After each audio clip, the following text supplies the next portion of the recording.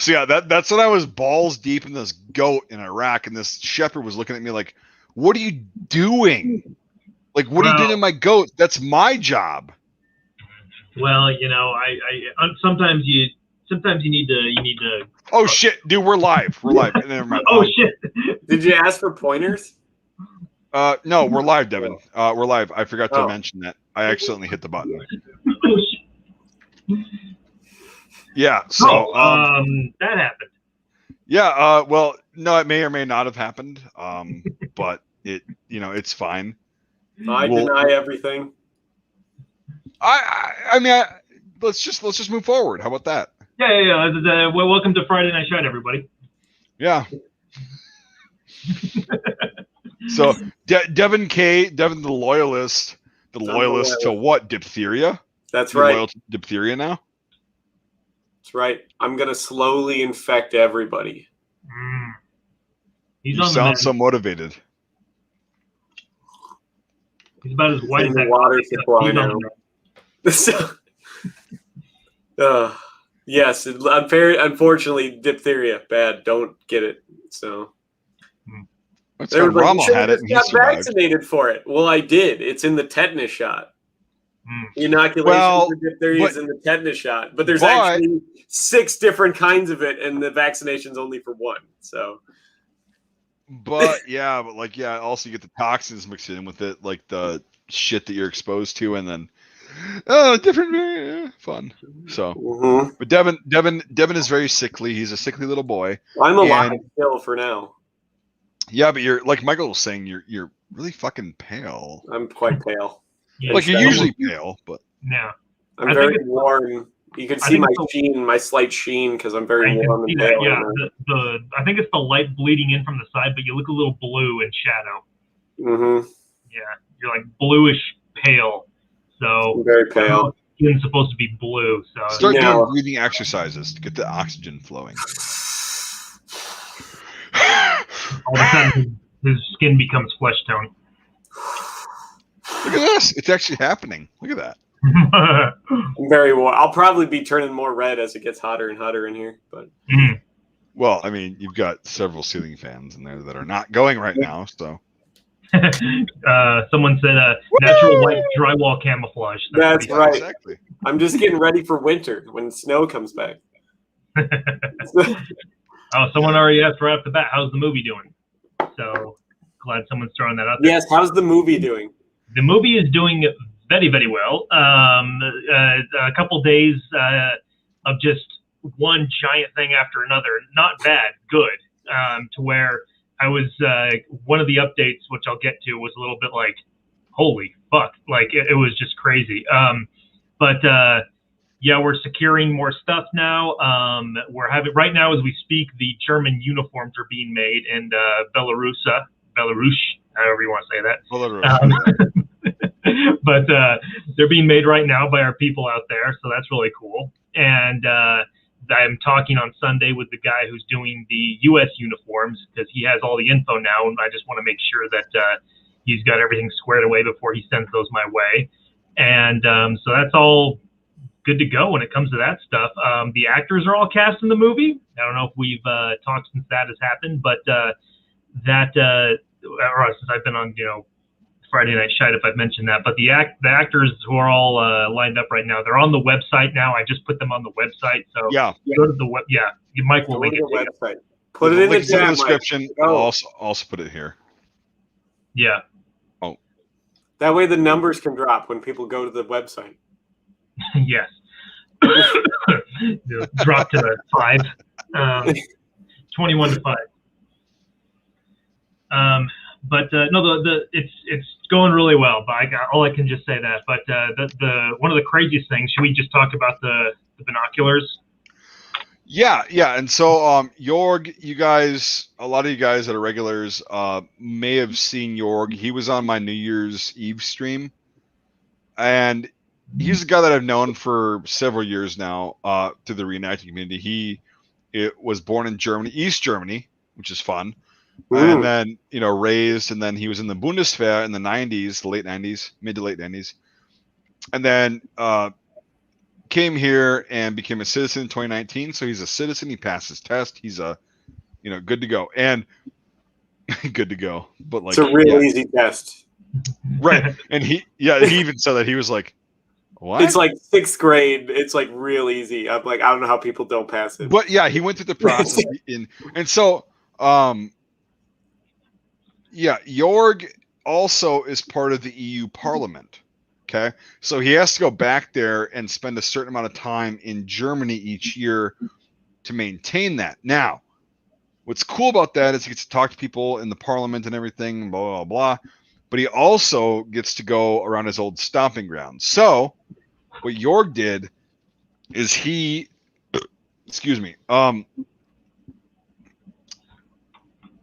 got in touch with an old custodian at his high school who was in the Afrika Korps. He was in the Heer, the German army in World War II. Was in the Afrika Korps, got wounded, was sent back, and then when he got put back into service, he was wounded a second time, lost an eye, and then he was done for the war. And his brother was also involved in the Heer. He was, in the army and stuff, and he died. He was killed in action and such. And so Jorg went over to this guy's place to talk with him about the film and kind of what the intention is of the film. And this guy broke down. He's 97 years old, and he broke down, and he said, it was for good reasons, though. He said, okay, if you're going to do what you say and everybody says, you're going to be portraying the Germans as Germans and just people.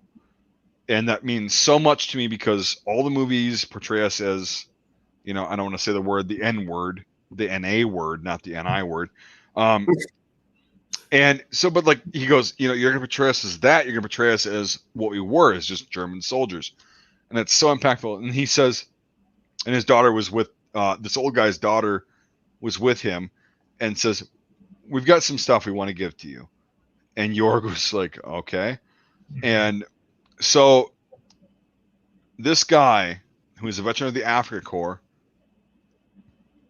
gave Jorg, but gave us for the film specifically, which I'll get into, a pair of Zeiss, which is like the best glass in the world you can buy, binoculars that he had and carried in Africa in World War II, and his dead brother's pair of Zeiss binoculars from the Second World War. And he told Jorg specifically, he says, I'm giving these to you to use in the film. Because when Jorg told me this, I said, well, I don't want to use much, perishable things like that in the film because it's, whatever. But this guy said specifically, I want you to use these in this film. Yep. And so we are going to be using original binoculars, which are part of the two very important roles in this film. Mm-hmm. We're going to be using original binoculars donated by an actual World War II German veteran. And his, deceased brother, his deceased brother, when he died, they sent all of his personal effects back to his home, and the binoculars were part of that. And so that's a very powerful thing too. Yeah. And so we're going to be using two original pairs of German binoculars from World War II that were donated by somebody who was there. That's pretty insane. I was really hit, just caught off guard with that. I mean, it's not like it's not like he's saying, here, use these for the film and then give them back to me. He gave them to us. Was like, I don't have any need for these. I believe in this movie that you're doing. Take these. Like, it was his way of like connecting with this project. And it was like, well, and the fact that the main German character in the film, the squad leader, Brander, he carries binoculars. We had that in the script. And I remember we actually talked about that when we were talking about getting all the equipment. We said, I think you said, like, that's going to be really hard to get something that looks like that. For the reproductions aren't going to be nearly as good. These ones, and I've seen them, he's shown me all these pictures of them. He showed me in his video chat. They're in extremely good condition. And they're the real thing. And the fact that they were used in Africa, and the character Brander was in the Afrika Korps, and most of his kit is Afrika Korps. So it's just it was so serendipitous. It was just meant to be. and I was really caught off guard with it. I was really moved by it. And Jorg caught me on a Sunday morning. I was about to go for a run, and he said, "We have to talk. I just have to explain to you what happened." And I was like, "Okay." And then so we talked a little bit, and then it was like, "Holy shit!" Yeah. So yeah, a 97-year-old World War II German veteran saw just like the making of this. Like we're in the beginning stages of this. It's rolling like, and he said, "Yep." And Jorg obviously explained the script to him and like how it is and what we're gonna be doing. And he said, "Yep, take these and use them." Yeah. And so, he was like crying about it. I mean, like I was like, I wish I could have met him because it's my movie. And when he gets super famous, you can go meet him. Try to give his binoculars back. Yeah. Yeah. I mean, thanks very much, man. Yeah. I mean, the fact that, these things that were used in the actual war can now be a part of something that's important to history, this movie. And it's just really, really profound. And we've had a couple things like that, that have come through. Like Mike has really just recently done a lot of stuff with the helmets that we were kind of, thinking about. That was going to be kind of a. I'll show you one of them. I'm not going to tell you what character it's for, and also it's just in the painting stages. I have not weathered this at all, well, much. Right. So this is going to be for one of the characters that you'll see in the film. Mm-hmm. It's. God, I don't know if they're gonna, I don't think so. For historical purposes only. We are not associated in any way with any symbol on this helmet. Right. Bam. That's all right. You can show that stuff on the live stream. Yep, but it's also, it's very worn, it's very weathered. I have not weathered the paint in the entire helmet. This is, there we go. The sun's still shining out here. Right. But it's got the rough texture Africa Corps paint with some green on it because when they got to Italy, it's a little bit more green, but still pretty semi-arid. As far as the Mediterranean. Yeah, it's Mediterranean. And so that's one of the things I've been working on is, getting the helmets to look right. And they're not all going to be painted, by the way. They're going to be, a lot of them are going to be just, the Dunkelgrau, and they're going to have some other cool things on them. And it's going to be so realistic. It's going to be really cool. And it's so from this guy, giving us his binoculars that he personally used, and then his dead brother's binoculars to use for this film, mixed with all the other stuff. Like everybody's working on this film is putting in 100%. Yes, absolutely. It's 100%. Yeah, and well, go ahead, Mike. Sorry. No, I was just gonna go ahead. Okay, so and then talking about the German stuff, then with the American stuff, like the guy who's playing Audie Murphy, Jared Becker. Yep. His agency did a big press release on him being in this movie, and has already reached, I think they said like 3 million people or something, and so that's pretty damn impressive. And they just released that 2 days ago. Damn. And Variety magazine is talking about running a story about it and interviewing me and what's the CNET, which is owned by CNET. Yeah, CNET. They're gonna have me and Jared on their podcast to talk about it, and so it's good stuff, and it's only that was posted 2 days ago, and I got that news the other day, and it's like, all right. Yeah. So and it's like if you go to the website, which here I'll throw that in the description again. Yeah. Doing this, go to the website, check out the Well, check out the whole site, of course, but like, look at the actors we cast. We did not just do it based on their looks. We did it based on their performance. Yes.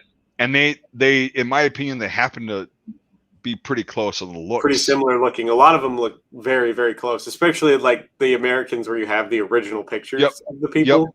Yep. Yeah. Like Laddie and Jake, who's playing Roe, and Joe, who's playing Kelly. Like these guys, it's obviously you're not going to be able to find a doppelganger. It's that can act. That's an unrealistic expectation. But to get these guys that are close enough to the appearance, they're really close, and they're also really good at acting, and they're very passionate about this whole work. It's fun. It's really fun. Yeah. Oh yeah, no, absolutely. These if you go to the website, I posted the actors with the characters they're playing because they're real people. Obviously, the Germans, we have not been able to uncover their actual identities. So yeah, there's no records, because what happened was, especially in Italy, well played. This event that we're going to be portraying in this film is so insignificant to the entire war that even if they would have had records, they would have been lost, and they would have been whatever. We've narrowed it down to the unit and all that stuff, but we had to make up the characters from Audie's book, what he said. And so, I'm sorry, Michael did this, and we've gotten as close as we can to what Audie said. He described that German squad as. Yes. So, but it's that's thinking like we take artistic liberties, obviously, because you have to, because this is not just the story of the American squad, which is described in Audie's book. It's the German squad as well. So I did invent a lot of that. However, it is based on what's described in Murphy's book and what's accurate to the location and all that stuff, and what's accurate to history. Right.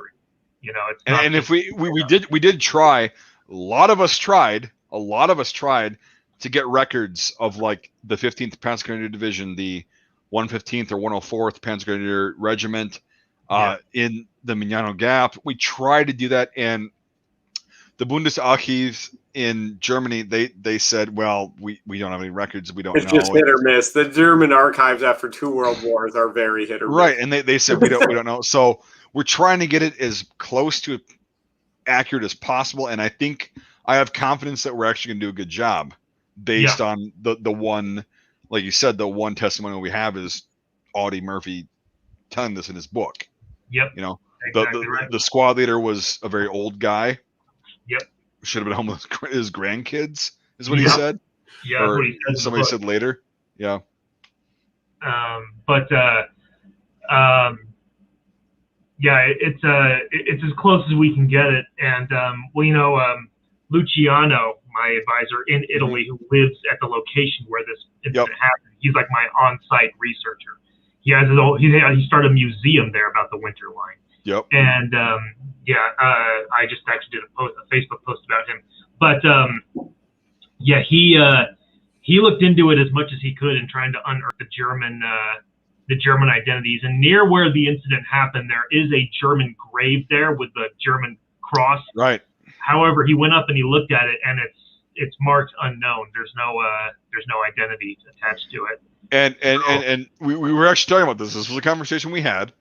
Is, do we pay the money to get this guy exhumed on Earth and then exhumed and then put into a German cemetery, or do we just cut the losses and say, well, that's where he fell, that's where he was buried, that's his resting place? That's the history right there. Right.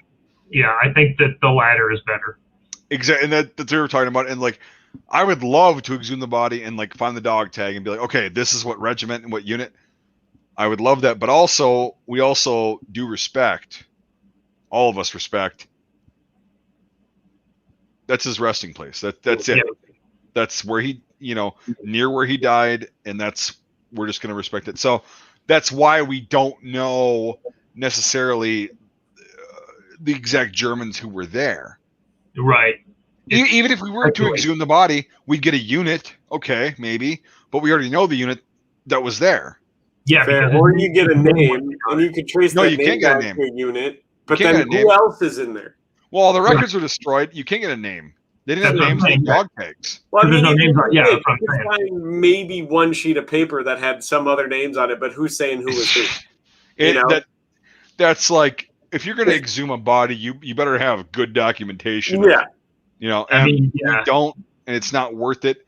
But so there is a German soldier buried right outside that cave, and where it actually happened in Italy.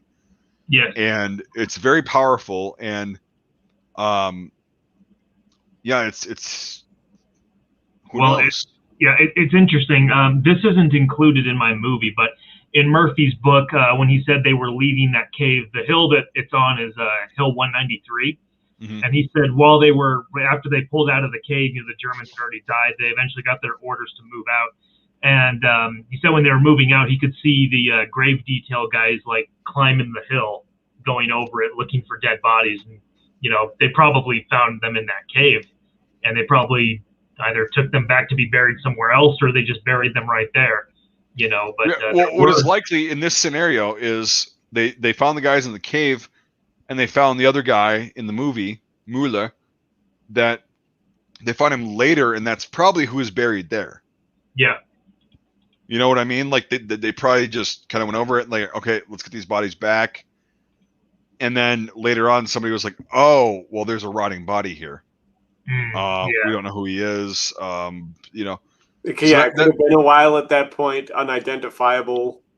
Right. And so that because it's just who knows? Who knows? Yeah. So it is some speculation and artistic liberty, but at the same time, that doesn't diminish the fact that, right. I mean, that we are acknowledging human life, and that's why we're making these guys characters, Yep. And even if we do have to take artistic liberties with their names and identities and such, so be it. They were an actual squad. They were actual people, and so then we should make them as such in the movie. Exactly, and that's the thing is, like, you're gonna get to know everybody throughout the film, whether it's a short time on screen or not. You're gonna get to know everybody because we do a little bit of the Quentin Tarantino thing, which is fun, which is dialogue. It's dialogue. It's very important, though. It's like, yeah, you've got to have dialogue. You got to have, okay, these guys are talking, whatever. They're moving together as a squad. You can tell. And then after the shooting starts and it ends within about 10 seconds non-consecutively, then you go to like the deeper, you get to know these people and you're like, oh, shit. Yeah. It kind of affects you. Oh, yeah. And I was just talking to my dad about this, actually, because he called me and he was asking me about the movie and stuff. And I said, we were talking about the premise. And I said, yeah, the whole war side of it, it's basically about, like, we've done what we're trained to do, and now we're having to deal with the scraps of it, Right. And that's basically what it's about. But, crap, what was I going to say? Oh, you fucked it up. I fucked it up. I said what I had to say. Well, you got what I meant. This train's been derailed. Welcome to the crash site, people. All right. Good night, everybody. All right, fucking Dubai. We'll do that. Yeah. But no, it's we try to put as much research into the German stuff has been crazy because, like, their backstories, we've all come up with their backstories, and that affects their costumes. Like, the U.S. stuff is all kind of duplicate in terms of, like, jackets and like stuff like that. Pretty simple. Yeah. Right. The German stuff is just it's a shit show in terms of conglomerate of where everyone's been and what time they've been and what's worn out and where they are now. Yep. Because like the squad leader Brander, he's a World War I veteran, and at the start of the war he was in Africa, and so he's got the Africa Corps uniform on still with little bits of different things from the Panzer Grenadier Regiment that he's in right now, and also his World War I wound badge and his World War I Iron Cross, if I'm saying the right term for it, and then his second in command, Artur, he's an Eastern Front veteran who was wounded and now he's in Italy. So he's got parts of him that are like, he's got like a tank destruction or is that what they called tank destruction badge on the sleeve? Yeah, tank destruction badge. Yep. Yeah, he's got that. He's got the red ribbon for the Eastern Front on. He's and he's got a different type of tunic on than Brander does. And then the youngsters in the squad, they're fresh, so they have M42 helmets on, which are new with no decals on them. And we got really detailed into all this stuff, and you can basically pick apart the character's backstory by picking apart their uniform. By looking at them? Yeah, by looking at if you know about that stuff. Like a uniforms expert is going to watch this, and without any like context, they say, okay, this guy right here, he was in such and such and such and such because he has this, this, and this, and this. Like that'll be really cool. There's not going to be anyone who's going to look at this and say they fucked up the uniform in this. Like, no. There might be one person. Well, yeah, but they're going to be a Facebook expert, and it's going to be like, yeah, so your fucking expertise comes from watching Saving Private Ryan over and over again on repeat. No, there's going to be one guy that's going to like zoom in like 50 times and be like, "There's 4 dimples missing on that button." Yeah, like a reproduction button. You know, I've literally had people do that before. Oh, you know, yeah, the Germans had the little steepled buttons to reduce the shine. There's people that literally know how many fucking dimples the buttons are supposed to have. Yeah, but I would come back with that as like, what maker are you talking about? And what year? Yeah. And he'll be like, "Let me pull out my phone book of buttons." Congratulations, make your own fucking film. Well, it's funny you say that because someone said in here the threads are wrong as a joke, and it's funny that the people who are making the German uniforms are the best in the business, and like they make them from the ground up, right? And they make them basically like how they made them back then. If I'm getting that right, isn't that correct, Mike? Yeah, they it's about as close as you're gonna get. Yeah. Oh, geez, someone's. Yeah. Don't worry about it. Don't just stop. All right, cool. Okay, sorry. Oh, there we go. Yeah, the fact that it's like, okay, we're not just getting because you can get any shitty reproduction anywhere, and but the fact that like these are not just they're going to be accurate, but like they make them basically how they made them back then. It's like perfect. Can't get any more accurate. Count the button dimples. Yeah. And Jorg has worn, without going into further detail, he's worn original World War II German uniforms when he was a kid. He's seen them. He knows how they are. And he has a set from Schuster's. Oh, wow. And he goes, and even Barron looked at it and said, yeah, that's exactly. Yeah, I think I actually saw that. But he was the one who recommended them to us, and now they're doing all this German stuff for us. Yep. Because, we got at the front on our side for the U.S. stuff. Yep. And then Schuster's is, I mean, you guys, like, give them your business. If you're going to get into reenacting, spend the couple extra bucks and get your shit made by Schuster's because I have Schuster stuff, and it's so accurate. It's so detailed and very well made. It's exactly like the originals. It's if you want to get an M40 tunic from World War II to reenact off the shelf where they're issuing it to you, well, Schuster's, they can do that. So good stuff. Yep. Good stuff. It's taken a couple months to get all that made though, because they're doing it like according to specs. It's not like they're just taking them off the shelf, or no, they're but like when it gets done, it's like, yeah, you take it off the shelf in World War II or out of the packet, out of the big stack that you have of them. Here's your tunic. That's exactly what it's going to be. And fair. And you got to watch for stuff because like people get nitpicky, like I said, with the button dimples and like the stitching color. If they get that nitpicky, it's like, what are you doing?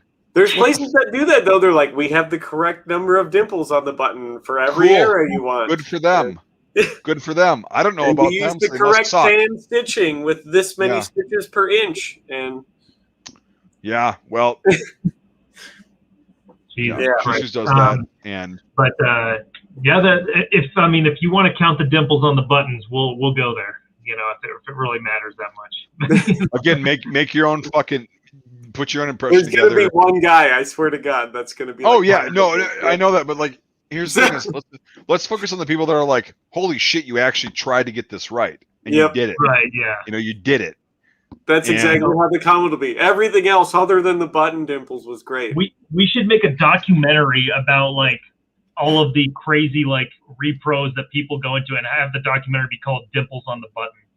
Yeah, dimples on the button. Yes, dimples on the button. You got to do that after Plot E, though. Oh yeah. After we do the Plot E movie about the Piscari. All the series of short skits about all the people in Plot E. Dude, I'd probably get death threats if I did that movie. Well, that's good. That means you live for something. Well, so did those people, except they carried through. That's true. You got a point there. Well, Devin, how many short films have you made? None. Right. I'll have the same answer. I'll be like, well, none. That's right. Yeah, but it is funny though. I got some. So my actor Jared Becker, these newsletters have sent out. So now it's like word is spreading about this movie, and so Mike and I, we follow War Movies Facebook. Oh, Jesus. Can I take I'm not going to go that far into it, but can I take a piss before we fucking get into this? I actually was thinking about that too. I'm like, I found a movie that I don't know if either of you two have watched. Okay. Well, that we I probably haven't. You're a fucking, look at your goddamn caterpillar piece of shit stash. Of course you're a hipster. We haven't watched a fucking film that you've watched that nobody else has miraculously watched, right? Lots of people have watched it. Oh. So why don't we take a little bathroom break? Sure. I shut you down, Devin. I shut you the fuck down. Sure. Just remember that. Remember that. I gotta go get the movie anyways if I'm gonna show you guys. Oh, okay. For fuck's sake. Be back in a minute. Yep. Epic mustache. Epic mustache. 1 second, I gotta.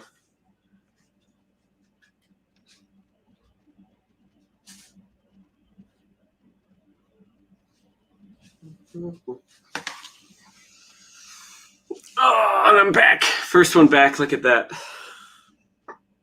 I'm wearing my nice house shoes. I'm wearing my World War I Dutch assault shoes. They're really nice, actually. Once you get them all sanded to your exact foot shape, really nice.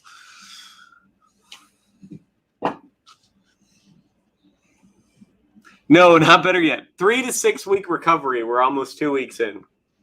So 3 to 6 weeks. Yeah, they're made out of oak.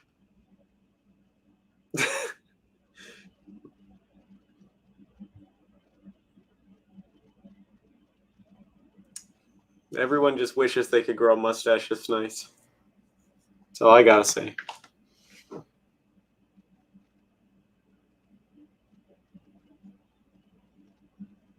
Wow. What? What, Roy? You don't like my wood shoes? They're very comfortable. You're missing out, man. They're like $15. Oh. Welcome back. Thank you. Oh. Are you ready to see it? Mike's already seen it. So. Okay, yeah, sure. Go for it. I've seen that cover before. I've never seen the movie. So this movie is also like finished, all the right? weapons are using actual blanks. All the explosions are real explosions. All cool. Yeah. So it's a movie made in Finland with a bunch of like Finnish D-list actors and reenactors and stuff. Nice. It's good. It's pretty good, actually. Pretty good. So some of the acting in it is obviously like a little cheesy. You know, a little cheesy. Like some situations are like, okay, that's not gonna really happen, or probably never really happen. But like other than that, it's pretty good. So well, that's good. You know, that kind of reminds me of because we're not having reenactors act in this movie. And in Reveille, we're having actually good actors act because we need them. Yeah. But like, so it kind of reminds me of like Clint Eastwood. He did that movie about some terrorist thing on the train or whatever. I don't remember what it was, but Well, now I got to think of the like 400 movies Clint Eastwood's been in. You know, trying to think of the title of it. He directed it. He wasn't in it, but like he directed it. It was a couple of years ago. Yeah, it was some movie about some terrorist attack on a train.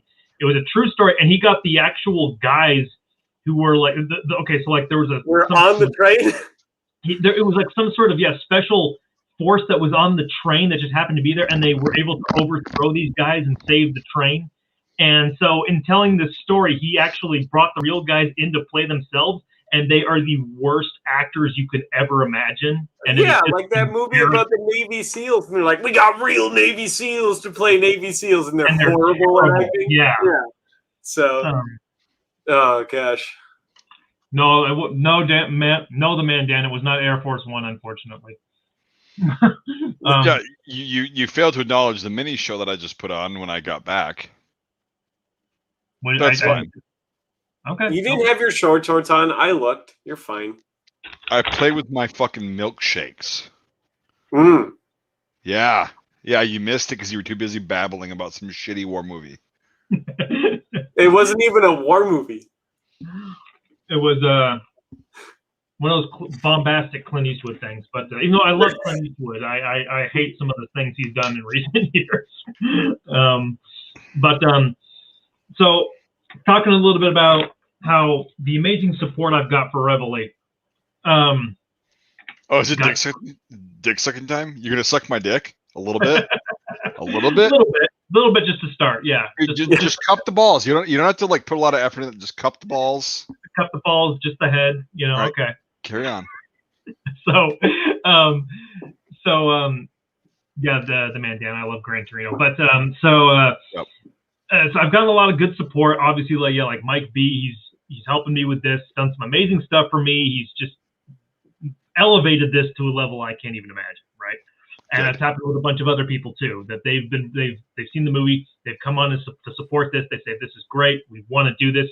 However, in contrast to that, I have gotten a lot of backlash for doing this movie from. Yeah, we're gonna go back to that group. Okay. Yeah, from Boomers and Fuds and Audie Murphy. We're going to talk about this in a funny sense because it's not actually backlash.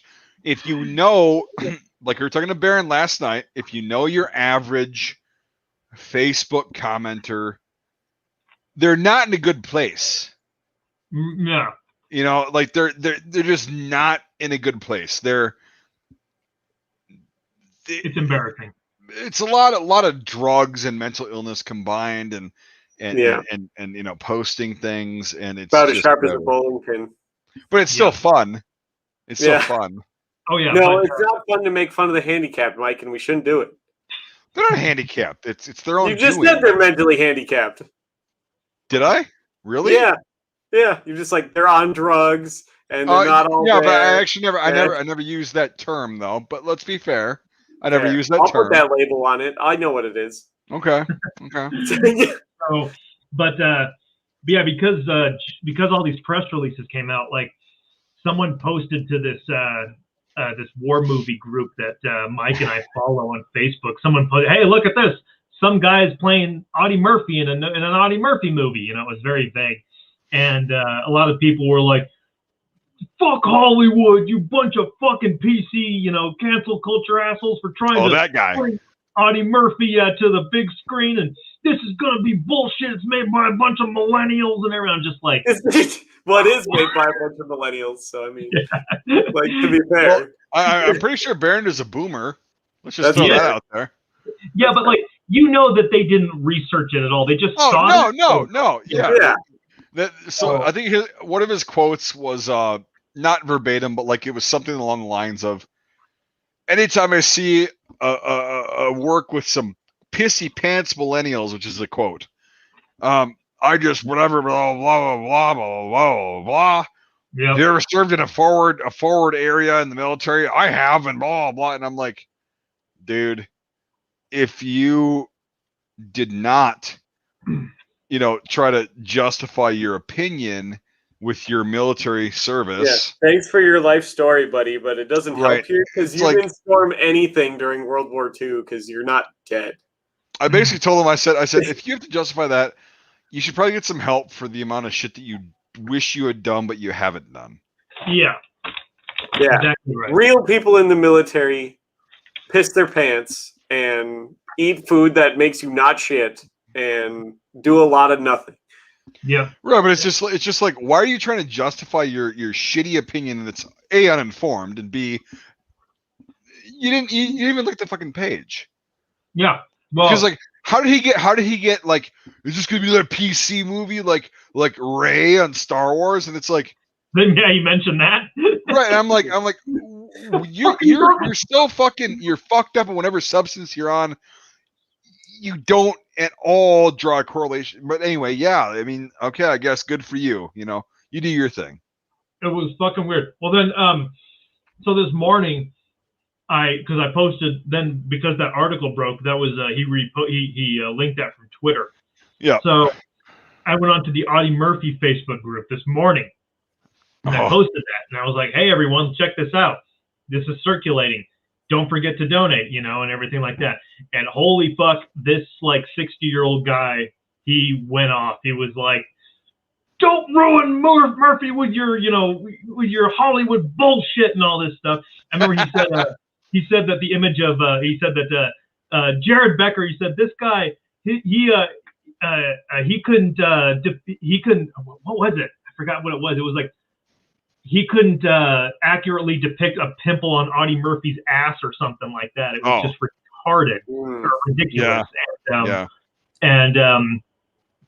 But it was I couldn't believe it. And then I was just kind of like very passive in what I was replying to him. But it was clear that he didn't get it. And like it was funny in response because some people said the same thing about Jared in that on the war movies page. They're like, "Oh, fuck this millennial plane, one of America's greatest war." And everyone's like, "You do realize that this guy was in the military for 6 years before becoming an actor?" Like, right. And like he's also done research a little bit. Something you have not done. Yeah, he's a real deal. Yeah, and like it's so funny because they're not going to care about any of the other roles. They're really not. Because, oh my God. And Jared knows. He knew when he was initially like, talking to you about this role. Yeah, it's a very important role to play. However, in this film, Audie's not going to be portrayed as a hero. He's going to be portrayed as a squad leader that a dude, just did a good job, held his shit together, while people were, had moral dilemmas. Mm-hmm. Oh, well, they didn't bother to fucking research that. And it's like, well, they're going to watch it. They're going to watch it. Oh, I'm sorry, what? To be fair, a lot of Americans can't read. That's very true. So, I mean, I'm giving these people, these illiterates, the benefit of the doubt. Well, yeah. It's not your fault. It's the school system's fault, America. When you try and decode their... well, it's funny, too, because that guy in the Audie Murphy page, he was going on about how the education system is terrible and stuff. It's like, you're clearly a product of that, dude. Like, I mean, right. Case in point, checkmate. Yeah. Yeah, it's just I'm not picking my nose. I'm like I've got a fucking hair that's like itching right next to my sneeze. You gotta get one of those cool nose hair trimmers. Like I got great. I don't have that much hair yet, but it's just like I get these rogue fucking hairs, and I'm trying to get this fucking thing out of my nose, and it's a bull moose in the chat said something I quite like. How dare you take the name of Audie Murphy in vain? Did you know he wrestled a gun out of Lee Harvey Oswald's hands? Right. And then dodged the shots from Jack Ruby. Like he dodged them because he knew it was coming. Yeah. And it's like, yeah, Audie Murphy. So that's the thing that this one guy said on that group is like, my grandfather knew Audie Murphy. And I'm like, well, yeah, it's funny because like apparently everybody's ancestors came over on the Mayflower, if you ask them. So apparently Mayflower had like 300 to 400,000 people on it. Yeah, with like a capacity of 120. And Audie Murphy would not approve of this because he hated Hollywood. And I'm like, yeah, you didn't actually fucking read that. You didn't go to the site and you didn't read because it. This is anti-Hollywood. Right. It's just, again, it's going to be like Audie Murphy as a squad leader, which he was at one point, and it's going to be, okay, he's going to be doing this. People that don't know who Audie Murphy is are going to watch this film and be like, okay. Yeah, who is he again? Right. Well, and that's going to be crazy because the people who don't know who he is, they'll be like, oh, this is a really good movie. Like, this is a true story. They look it up and they're going to realize everything Audie Murphy did. It's like, holy shit. Well, I mean, to be fair, everybody that's not 60 probably doesn't really know who he is unless they are a history nerd. Jared knew who he was before he got the Yeah, but he's in the military and they hero worship the shit out of people in the military. You're also a dirty fucking Canuck. I know who he is, and I'm a dirty fucking Canuck. But I knew about him when I was like 10 years old. So did I, yeah. So yeah, it's like I was around that age too.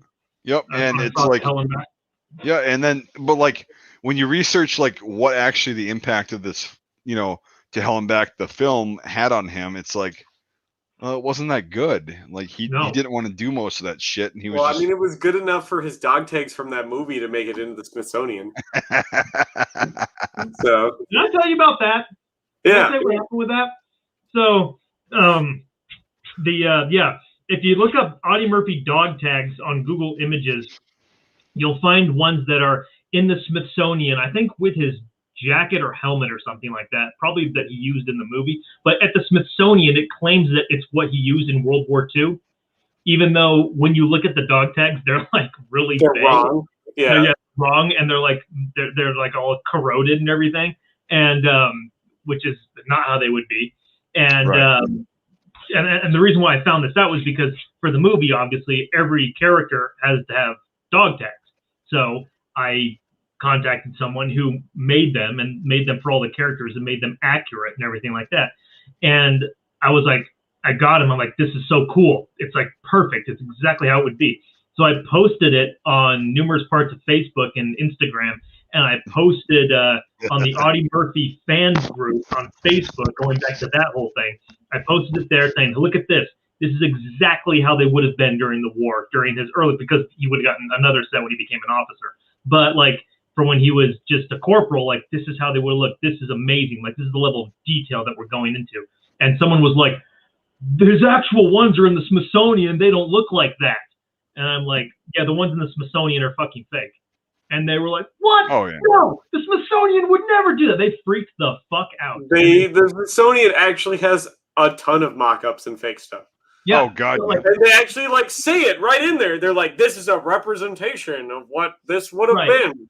But this person's reply was like this long. They were like, like in the movie The Night of the Museum, you're telling me that Teddy Roosevelt actually looks like Robin Williams? Is that what you're telling me? That wax, but that's Teddy Roosevelt's stuffed corpse in there. Is that what you're telling me? If you said the reply was this long, I just go boomer. No, the definition of boomer.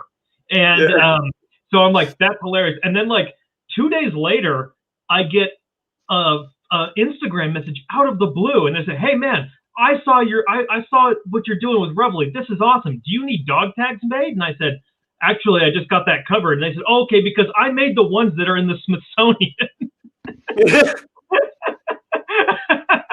They were like, wow. I made the ones that, and they sent me the picture of the ones that are on Google. They're like, yeah, I made these ones for the Smithsonian, but no one knows that they're fake. And I'm just like, I just screen capped that and sent it to that guy who sent me that big ass paragraph. Well, what's funny is here are my dog tags. When I was in, I wore these a lot. Rusty as shit. Look at them. Post-year. Yeah, tape on them. It looks like. Yeah. Yeah, I rattling because the American dog tags jingle. Yep. So. And if you put the silencers on them, the sweat gets in there and it stinks. Oh. So I just taped them together. But yeah, so they're really rusty and corroded. Like they're very rusty and corroded. Yeah, they're brown. Just so you know. Yeah. They're stainless. Yeah. They've been stainless basically since when did America even adopt dog tags? They were always stainless, weren't they? No, they weren't. They were aluminum in the First World War, and I don't have the set here. Oh, that's right, because you guys didn't use the shitty fucking cardboard ones like the British did. Nope, we used aluminum and we hand stamped them. Cardboard? Yeah, literally, the British and like Canadian and Indian dog tags in World War I were literally fucking cardboard. Press board. Yeah, well, so cardboard you squish really hard in like a hydraulic press, and then you stamp letters on it. It's press board though. Okay, yeah. And then they would like wax dip them so they wouldn't disintegrate like immediately. But like a few weeks or something. Yeah, it's not good. You have to replace them every couple months, basically. Yeah. Yep. So. It's not good. That's a kick in the dick.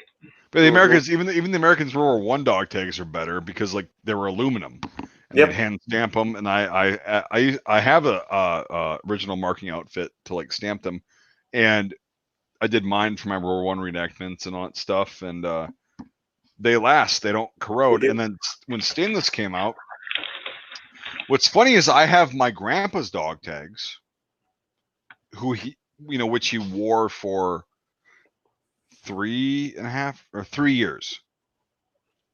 And oddly enough, they did not have a speck of rust on them or corrosion. It's funny. It's funny how that works, right? Yeah. You know? But Audie Murphy is because he was in so much more combat and everything, apparently, they're going to have rust. No, it's just because he got all that blood on him. That's what causes rust, Mike. On stainless steel, you get all that blood on it from all those people he killed. Right. By choking him out with his dog tags.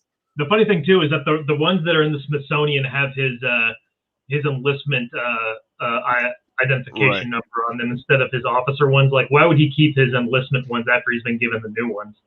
You know, right, yeah. You'd have been given at some point. Thrown them away or recycled them, you know? Yeah. So they fucked that up. That's okay, though. Details. I mean, what? Why are we looking at details? Like, it's all. I'm all about details, dude. You know it. Yes. But yeah, it's fucking insane. Like, we got 27 viewers. We got 27. Hello, 27 people. Woo! No, 26. Just dropped. It's because you acknowledged it. Cool, but yeah, the one thing though when it comes to Reveille is that we're still raising money even though we're in pre-production. So I mean, if all of you out there got some shekels to throw, we will gladly put them to the movie, and you will end up in the credits. Well, and Mikey and Devin have both thrown a pretty decent amount of shekels. Yeah, thank you guys. So we believe in it. You should also believe in it because it's going to be great. And it's also an investment because when you want future like war movies that are actually not shitty, they could be like, "This is the one. This is the Genesis. You were the chosen one. You're the chosen one. You were destined to make great war movies, not shitty ones." Great war. Like the second movie's got to be Plastic Apocalypse 2. You know, I get messages about that every fucking day about the next Plastic Apocalypse, and when I post stuff on YouTube about Reveille, all the comments are like, "When's the next Plastic Apocalypse?" I'm not fucking working on that.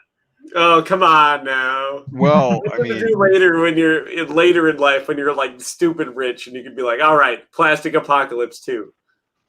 No, I'll do it like for fun. Like honestly, the Army Men stuff is like it's just fun because you know I grew up playing with Army Men. I grew up playing the Army Men video games for PlayStation 1 video games. Yeah.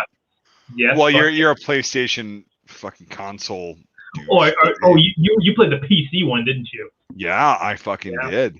Don't worry, Mike. I also had a console. So okay, good. Thank you. Well, yeah, you're still a console dude. Democracy. I still have a console. Yeah. You're still a console dude. So no, like the Army Men stuff, like Plastic Apocalypse, it's just fun. Like it is hard work, but like it's just fucking fun to do. Like you know, and Mike and Devin, I haven't told you about some of my other stuff that I have worked on, but like is this safe for you? Like we're not talking about like snuff porn and like. Like well, we might have to jump off the chat if we're going to get really into it. No. Well, let's do it then. Let's do it. Let's hear it. No, but so my film school friends and I, we've been developing a comic book now for a long time called Allied Kingdom, and that's it's like Zootopia meets Jurassic Park meets Saving Private Ryan meets Band of Brothers type thing. It's fucking crazy. And see, that's what I mean. It's probably like not up your alley, but again, that's just like crazy shit that's like fun to do and things like that. But when it comes to the history stuff, and that's the stuff that I'm really passionate about, that like that's not stuff that I take lightly, if that makes sense. You know, I don't just do that for fun. I do it because I'm passionate about it. We're fun with you. Like everybody's got their own hobbies. It's like people think that you have one thing going on in your life. It's like, well, no. If you're an actual intelligent person, you're fun. You've got a billion things going on. Like I was just fighting with my sprinkler out in the garden. Literally, just like I'm like, why so Devin, that sprinkler we bought, right, when you were here, it works for like a half hour, 45 minutes, and then it just stops in one place, and I get pissed. So I go out there and I beat the shit out of it because I don't know how to make it work. Well, is it probably because of all your fucking super heavy goddamn water with all your minerals clogging that thing up? Could be, but it's a hobby, right? It's fun. Yeah. And Michael's into stuff like keeping people in rooms in his abode, and hey, whatever you're into, it's time, like that kind of thing. Like everyone's got their it's a hobby. I have a lot of shoes for a dude. That's just how it is, So yeah, you do. Holy fuck! I do have a lot. I regret nothing. I regret nothing. And the press release. The press release. So you've been accused on a live stream on YouTube of having people in rooms locked up, and you just go to them. I regret nothing. Yeah, you're going to make a great politician. You're going to make a great politician. Yeah, that's how that goes. And your first response would be that you're not a cop, are you? Right. So I just wanted to know. I ask everyone that. Right.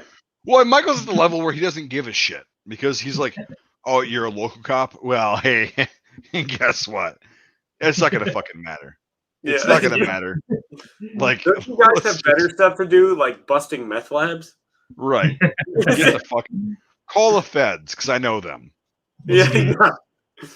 That's the level that Michael's at. He's not even like fucking around with anything anymore.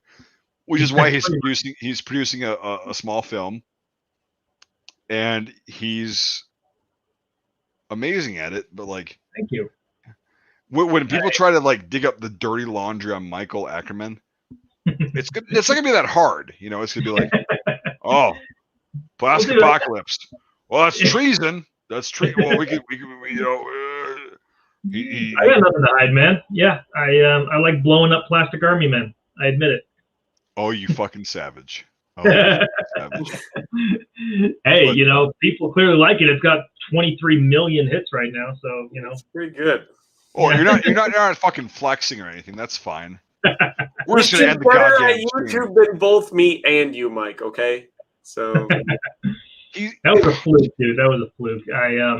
But I mean, if all goes well, like because we said with Reveille that like this is the first step in terms of going into the war genre, because I am a filmmaker. I don't just do like this. Right. It's not like I was just some guy who was like, I want to make this movie. I mean, I went to film school for 4 years. I got creds and stuff like that. Yeah. And this is the first step into revolutionizing the war genre. And hopefully I want to have it to where I can, like guys like Mike B and, Devin K and other people like you guys, Jorg and such, will be like the next generation of the Dale Dies and stuff like that. Like, right. Yeah. And not as bad. Yeah. And like, yeah, it's you've put a lot of work into it, and it's kind of funny that we joke about it and shit and whatever, but like like you said, it's going to revolutionize. It's going to be like the next genre. It's going to be like escalating the genre of the war film. Yeah. To the next level. And the short film is like your break into it, and it's going to be good because it's going to be excellent. Yeah. Like it's gonna be like a lot of people go, oh, this guy's making a short film. Oh, whatever the fuck, whatever. Oh, he went to film school, and so did all these other people. But like your team that you assembled. What? He's a millennial. That's what they'll say. Yeah, he's a millennial. A lot of that. Oh, so do I. And I'm like, well, I said that on the group. I'm like, how many wars have you been in, tough guy? Don't be a fuckwit because of something that you disagree with me on. And I'm like, to be fair, Mike, you've also been in Zero Wars because it was an armed conflict. Yeah, one can argue that. Iraq, I mean, that's fine. I don't see no congressional declaration of war over here. So someone asked here in the chat, when is the movie coming out? We're shooting it in November, and it's going to be out making the rounds at festivals early next year. However, when it gets here, right? Yeah, early next year. Early next year. However, right. it might not be out in terms of like regular viewing for a while because we are still looking into distribution and like putting it on some streaming services. Yeah, called Netflix yet? Not yet, but Yale, my producer Yale, he has some ideas on how to get in touch with that stuff. But if you want to see it right when it's finished, you can go to the website and pre-purchase the DVD for $40 and put that money to the movie to help get it made. Just follow the links on the website and just, when you donate to the PayPal, just say for the DVD, and I will make note of that and give me your email address so I can get back to you when to send it. I didn't do that. Yeah. Right. I just sent money. Yeah. Yeah. But you're on the list too. Like, okay. Yeah, it's fine. Okay. So yeah, I forgot we had some super chats. Everything works better when you hit it with a hammer. Perhaps. Mayhap. And I didn't want to fuck up the sprinkler that bad, but like, yes, you're correct, the Mandan. Steve C. Mike, did you have your colon issues while in the military? Yeah, but I didn't know it, and I didn't identify it because I'm a fucking typical fucking. You just thought it was normal. He's a poor millennial. He's like, if I'm not dying, I'm fine. And if so, have you tried to go in for VA compensation claim? Yeah, no, that would be so hard to prove because I don't know when it started. It started a while ago, but I can't say. When I joined the military, it started being an issue because I don't know. Because again, it went on a lot longer than it should have. And also, there's people that are in the military that have literally lost limbs, and the VA is not going to give them full disability. Correct. Like it's like way harder than pulling teeth to get anything out of the VA. So do I think it helped being in the military? No. But I can't prove that. Rippets and cigarettes aren't good for your health. What? And MREs and like you're constipated. I held my shit for 5 days one time, which was fine. You say whip it? Whip it? Rip it. Okay, I think Rip it. Oh my god. Rip it's the most diabolical artificial battery acid type energy drink you can get for $1. Okay. Wow. Sell that at the PX. They sell them at No, they gave it to us in flats. Gas stations and stuff too. Oh wow! Yeah, but like over there, they gave it to us in flats, little short cans. They gave it to the military for free as like support. They're like, "Here you go, guys, enjoy." Here you go. No one else will take them. Right, and so it's also it's the thing of like they give us like these flats of Rip It. They're like, take a whole tray, which is 12 cans. No. It's 24. The 24. Short guys. That's right. Yeah. 24. That's a flat.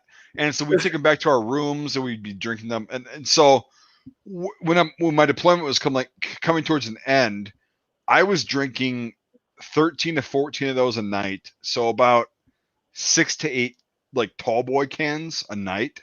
Yeah. And then also Shockets, they had like the iced coffee drinks in the little 8-ounce cans.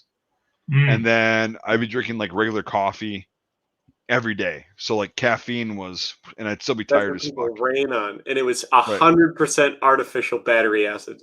Oh yeah, and I'd still be tired, but I'd be able to stay awake, And you gotta try one, Mike. You gotta try one. I don't want to. No, it's not good. I want to get some and send them to you now and be like, so apparently this is a thing in the military. And so try it. My body was fucking reliant on this shit. And then when we got back to demo, we got back to Wisconsin in January 2010. I just was like, well, I don't need that shit anymore to stay awake. We're going to be going home. And I just stopped all caffeine and toxins, whatever the fuck. That's not fun. Literal withdrawals like a drug addict. My God. And they don't, the headache was the worst because there's nothing you can do to relieve a caffeine headache except drink some caffeine. And I said, nope. I was nauseous from the headache. I was like, oh, it's so bad. And then I got back and it was like, okay, whatever. After like 7 days of that, okay, good. And then since then, I haven't really touched caffeine in excess like that. It was not good. It was fucked up. That's like, that's like your catchphrase, I think, which I like. I think is hilarious. Which is, it's not good. That's it's not good. That's like your catchphrase. It's not good. It's just, I mean, like, I don't know how else to put it. It's just not That's good. the graffiti you should have on your Vietnam helmet. This is not good. This is not not and good or underlined. Not good. But yeah, it was the most miserable thing, the most miserable withdrawals I've ever gone through in my life. And years ago, like I went through alcohol withdrawals where I was drinking way too much, every day, and I was drunk for like a long time, constantly, like where I'd wake up and I was still, and I went through like DTs.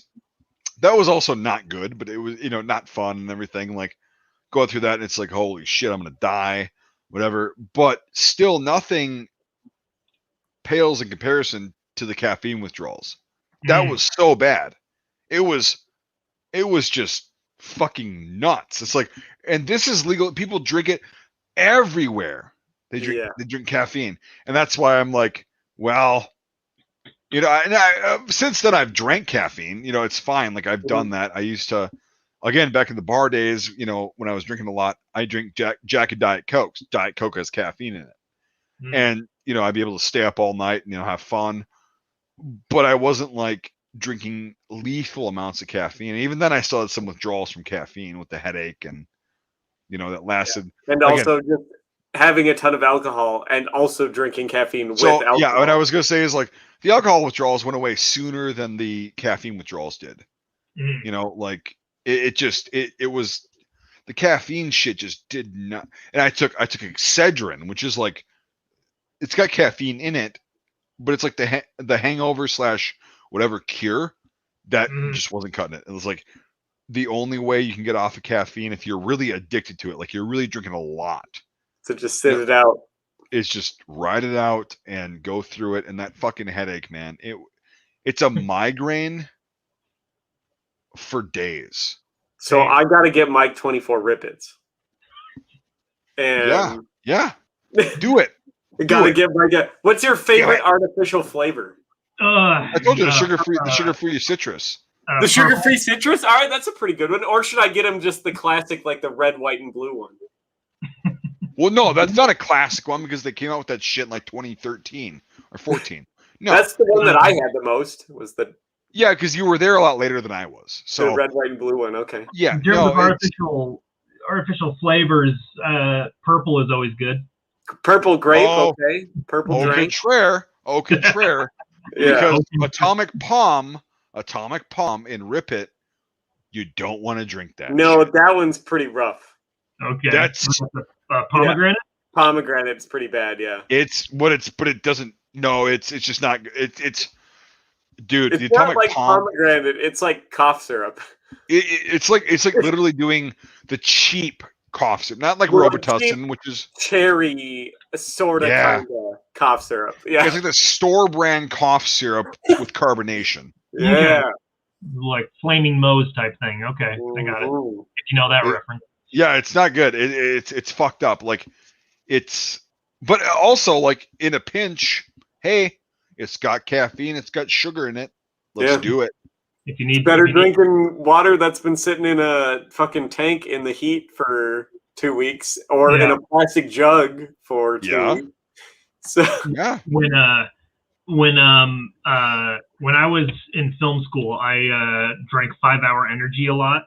Yeah. And I eventually stopped doing that. And when I was going to film school, I briefly worked at Ralph's, which Ralph's in California is like the Albertsons, or like Winco, or if you have that, it's a grocery store. We don't, but it's a grocery store chain. We get it. Right. Yeah. But so I worked there briefly, and I had to sometimes drink Monsters, Monster energy drinks. And the worst day ever was I was feeling kind of sick, and I came into work and I was just like, God damn it, I got to do this shit ass job. And I took 3 Dayquil and downed it with a Monster. And that's a fun ride. That's a fun ride. And I was sitting there on the cash register, and I was just like, all right, yeah. Yeah. Like, I'm fucking high right now, even though I don't drink and I never do drugs. This is as close as I'm gonna get. That's a really fun ride. I respect you more now. That was the craziest trip I've ever had. Yeah, I used to back in the day. This was fun because like nobody's watching and nobody's probably gonna watch this. You know, so we can talk about all the horrific illicit substances we've drank. No. Drank and or snorted. Drank and taken. Yeah, well, let's not go there. Let's not go there. Oh, okay. So, yeah, with you, I know what you've done, but like, let's not go there. Well, sometimes you got to do stuff for late hours into the night, Mike. Okay, like. No, the worst thing I've ever done in my life, and I didn't know it at the time, was it was like 2012 and 13. I was prescribed Xanax. Okay? And I was also drinking very heavily, and they said, do not drink. Do not drink while you're taking Xanax. And so I was like, okay, challenge accepted, kind of. Yeah. And don't tell me how to live my life. What do you know, stupid doctor? Right. I'd buy 2 750 milliliters of Wild Irish Rose, bum one. At least Wild Irish Rose is pretty good. Well, no, it's not. I mean, pretty good for what it is. Well, yeah. I mean, but like, yeah. So at that point, there was $3 a bottle, so I'd spend $6 at the liquor store, and I had Xanax, and I would go on a journey every night. I would pop the Xanax about 3 or 4 hours earlier in school, and then I'd come home and then drink a bottle of this, and then hey, we'll see you tomorrow. Like that was it. Like it was immediate. As soon as the alcohol hit your system, you're done. You don't remember anything. And so I was doing that for a while because I'm like, hey, I kind of like this. I could black out and like not remember anything. And then my friend, I was sitting there, with him, and we were having a couple of beers next to the fire. And I was telling him, I'm like, yeah, so you ever done benzos and alcohol? He's like, no. What are you doing? And I'm like, yeah, so I do this. And he goes, I literally just lost a friend to that. Like he was, his respiratory system shut down. He's like, the fuck are you doing? And I'm like, well, I've not been prescribed that for like a month, but like I did it. And he goes, Jesus Christ, why didn't you talk to me or something? Like, why didn't you? And I'm like, oh, well, I guess so. That's the worst thing I've ever done is like mix those, but it's a very dangerous combination. Like a lethal acid trip or something. Well, it wasn't a trip. It was just you have fun and you're mixing uppers and downers. That's usually a pretty good high. Yeah, and then if you take too much of them, like his friend, he'd take like 3 or 4 Xanaxes and then no, you don't need that many. Holy shit! Right, he'd drink a bunch and then you do that. But it's still like it could have happened to me, and I'm like, oh well, I'm glad I was like, okay, we're done with that. So, yeah, it's fucked up. Like I don't like prescriptions. I don't. No, prescriptions are bad. Like even when I still have all the painkillers from when I had my wisdom teeth, and I don't want to throw them away, but I still have them all, every single one of them. Same. It's like I was prescribed Oxy. Yeah. One of the times I was in the hospital before the surgery, and that was the time that they actually cut a hole in my stomach, and they're like, yeah, drain the air out and stuff. It was fun. And then they're like, here's some Oxycontin. And I'm like, I don't want that. I'll just deal with the pain and take Tylenol if I need it. Like, I'll take Motrin. I know that works for anything. Right. And but I still got that in the package they gave me before I went home. And I'm like, God damn it. See, I still got them here. I'm going to probably flush them because it's like, I'm never going to hold on to them until I get shot or something because I live in a bad neighborhood. Then I'll want to have them. So. Or who knows? Maybe if this diphtheria goes south, I might just take the easy way out. Well, let's not announce that on a live stream. You're gonna get fucking shut down.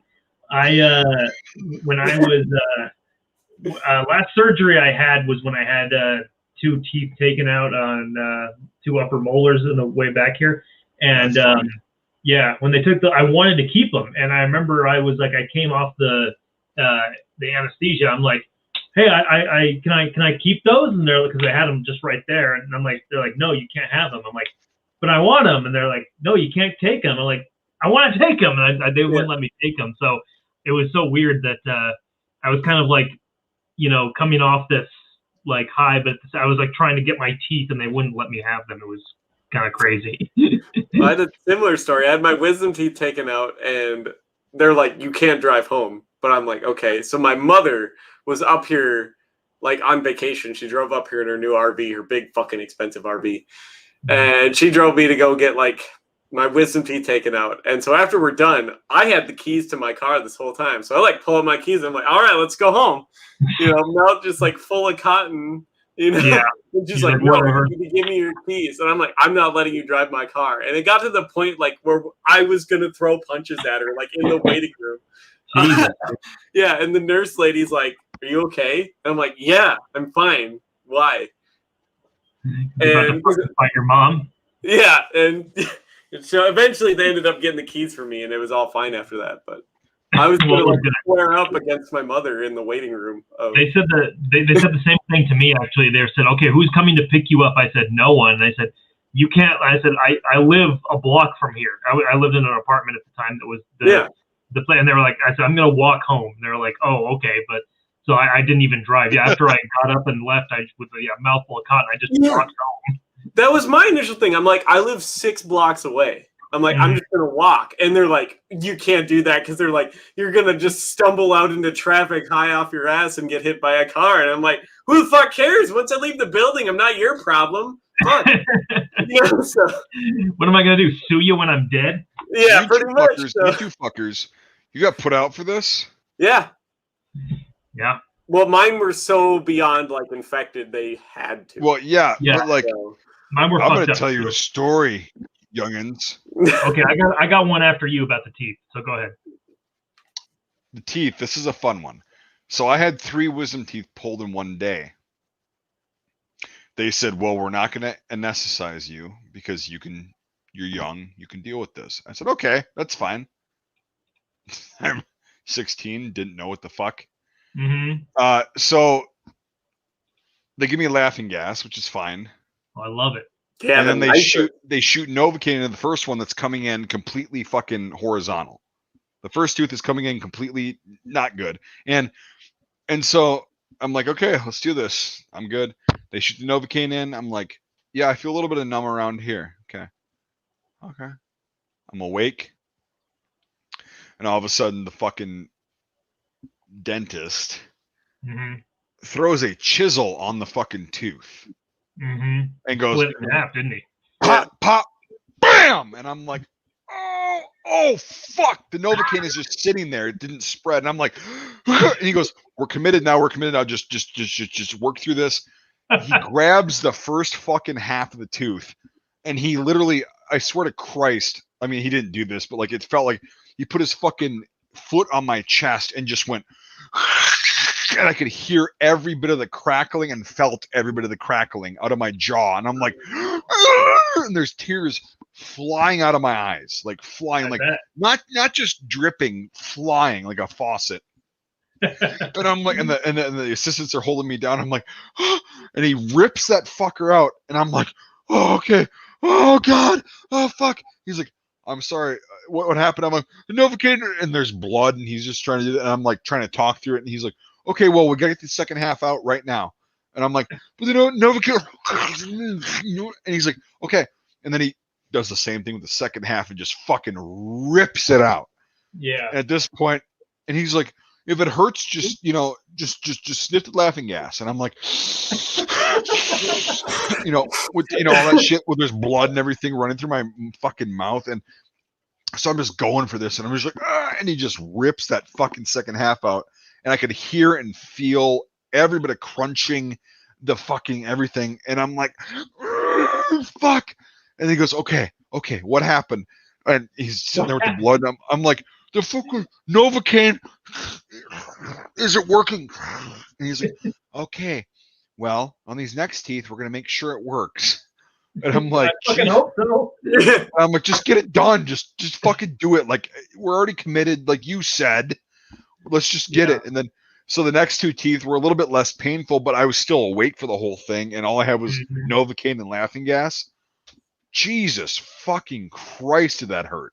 Just that guy into poverty. Well, no, like this was a good dentist. I guess, like, whatever. Good dentist. He ripped your teeth out without anesthesia, basically. Well, I mean, that's the way it goes. So anyway, the rest of them get ripped out. fucking hurts, and I can feel almost every bit of it, even with the Novocaine. I'm like, oh Jesus. And then, oh my God, yeah, he stuffs my shit full of gauze, and I'm just like, I'm not like fucked up. I'm just in a lot of pain. Like my whole fucking face is swollen. Yeah, you're just like, I don't want to move at all. And he's like, it's gonna hurt. Well, I can prescribe you Tylenol with codeine in it, but I'm just gonna say, if it starts hurting at home, take ibuprofen. If you need the codeine, come back. I'm like, you know, yeah, and it was like, but I knew at that point, I'm like, I don't want codeine. I don't want, because I knew about it at that point. I'm like, I'll just deal with the fucking pain. Yeah, the next couple days was fun.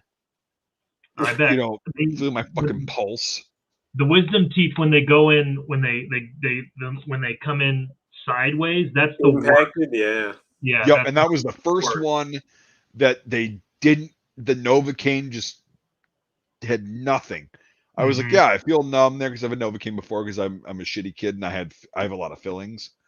I'm like, yeah, I know how this goes. And then I thought it was gonna be like a filling. Well, nope. Well, no. Well, when you get a tooth ripped out of your fucking skull, it hurts a little bit worse, especially when they have to crack it. And oh my God, that was. I almost passed out. Yeah, go ahead. I wouldn't blame you if you did. Well, so when I had those two removed, I had to come back and have some other stuff done. So, but before that, actually.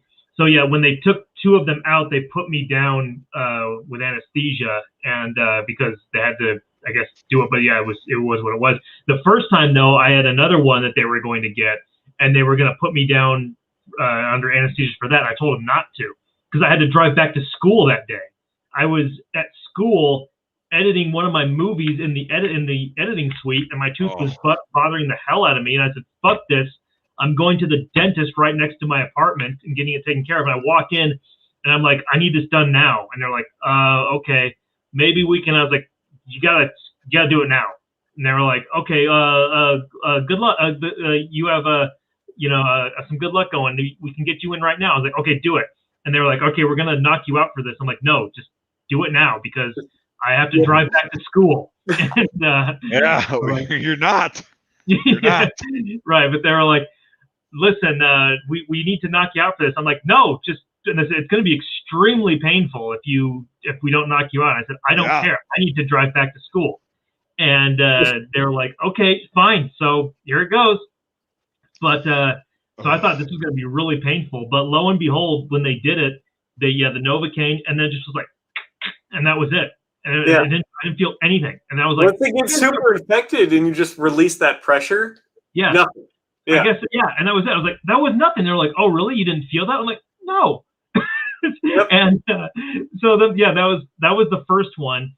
But then when the dentist was looking at it, he was like, "Oh, you got another one behind it that looks kind of messed up." And I'm like, "Oh, okay." And they said, you should come back and have that one looked at. And while I was in the lobby getting my results before I left, I kind of touched it with my finger and it broke in half in my mouth when I touched it, and fungus came out of it, and like hair, I was like, smelly shit too. It smelled like I've never been to next to a dead human, but I've been next to dead animals. It smelled like a dead skunk, and I was like, "What?" And I yanked it out, and it had hair coming off of it. It was an old filling from when I was a kid, and I'm just like, I'm like, and the lady's like, "What's the matter?" I'm like, "Look at this." And I was like, "Get that surgeon back out here right now." And he came back out. I'm like, "Look at this." And he's like, "Oh yeah, that's a problem. Okay, well, come back next week and we'll take care of it." And so yeah, that was pretty much it. And then when I came back the second time to take care of that one, they put me under for that. But it was cool when I was initially there. They did I never had this done before. They did a digital X-ray of my skull.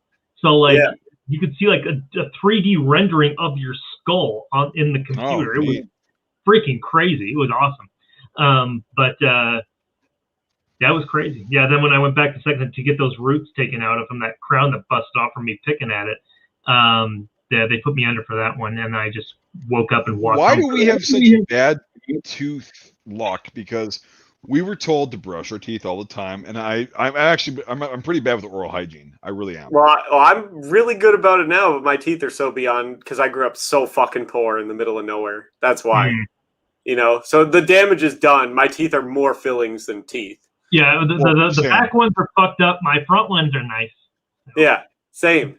Yeah, mine are all orange from the years of coffee and tobacco use. Mine are all orange and lack of brushing. Yeah, no, my teeth like I could place somebody in the 1700s. Oh, perfect. They would be like, "Oh, or that's a British person today." That's good. Offense taken. So yeah. Right, and like I also had braces, which like my parents spent a shitload of money on braces and the orthopedics that go in with that and the maintenance. My teeth are relatively straight, but they're fucked. Jesus. Yep. That's what happens when you're poor. I mean, growing up in America, you only get to have teeth if you're rich. That's how it works. I guess so. Yeah. Well, if I ever like really hit the big times and become like a fucking multi-millionaire, I'm gonna be buying us all teeth. Yeah. No, I want to have all my teeth removed and replaced with those implants, not dentures. Yeah, that's I'm like, if I ever get rich, I'm like, that's the first thing I'm doing. I'm getting the fucking nicest artificial teeth money could buy. Exactly. Not dentures. Yeah. Not dentures. Implants. Yeah, because fuck that. Good Lord. Sorry, I just saw something on Facebook. All the artificial teeth. Then I don't ever have to worry about it again. Yeah, it's gonna be fun, but yeah, it's that was some pain that. Yeah, that tops my story. Yeah, mine too. I told Devin that, and he was like, "Really?" Because I told him that a couple years ago, and you told me that, before I went in and got mine taken out because you were with me that whole journey. Right? Yeah, the whole trip we did the abscess. Yeah, and I even told everybody that I've known, my better half and everything. They're like, "Who the fuck did you go to see? Like some redneck?" I'm like, "No, it's a good dentist." And whatever. And I mean, a good dentist for Wisconsin. Right. So it's a redneck. But no, that was like animal castrations in the back or something. Christ. That was because I had braces before that, and I was like, my teeth were very crooked. I don't know, the crowded or whatever the fuck. But now they're pretty straight. They got a couple like weird ones, but it's fine. They haven't moved really since I got the braces out. And braces hurt when you have really crooked teeth, and they put them on the first time. It's like, yeah, you can feel your pulse in your mouth. When they rip those goddamn teeth out, I'm like, holy fuck. Mm-hmm. Holy fuck. Like, that is excruciating. Yeah, that pain is the worst pain I've ever felt. Oh my God. Because it's coming from your skull. It's right next to your brain. So your brain is like panic. Oh my God. And your teeth, your body needs your teeth, to do that. Yeah. And it was like, and I still have one wisdom tooth, and I think that's the one that's causing problems here. Nice. Fingers crossed it's not. Well, hopefully, because the older you get, the harder it is to remove wisdom teeth. Yeah, thank you. No, just wait till they get super infected. The doctor was like, I barely had to pull. They just kind of popped out. There was so much shit came out after it. And then the like orange ooze. Yeah. Yep. Oh, fuck. Yeah, it's... Ugh. Jared, it's funny. We're doing this right now because Jared, who's playing Audie Murphy, just sent me a message saying, I just got done doing a podcast and I mentioned Reveille. So, yeah. Shit. We should have Jared on here sometime. We should. We should have him on a Friday night shite. Yeah. We'll eventually get through all the people involved. So you guys can meet them and see that. Yeah, you can see the site, which is really well done, and it's not complete yet, but it's going to be as time goes on. More stuff added to it. Yep, and you guys can, you can talk to Bernd, the old man, the alte man. Alte man, yeah, the old German. He's playing Brander. Yep, and this guy is a really cool guy. He's very into it. He's I just met him for the first time the other day, and he's pretty awesome.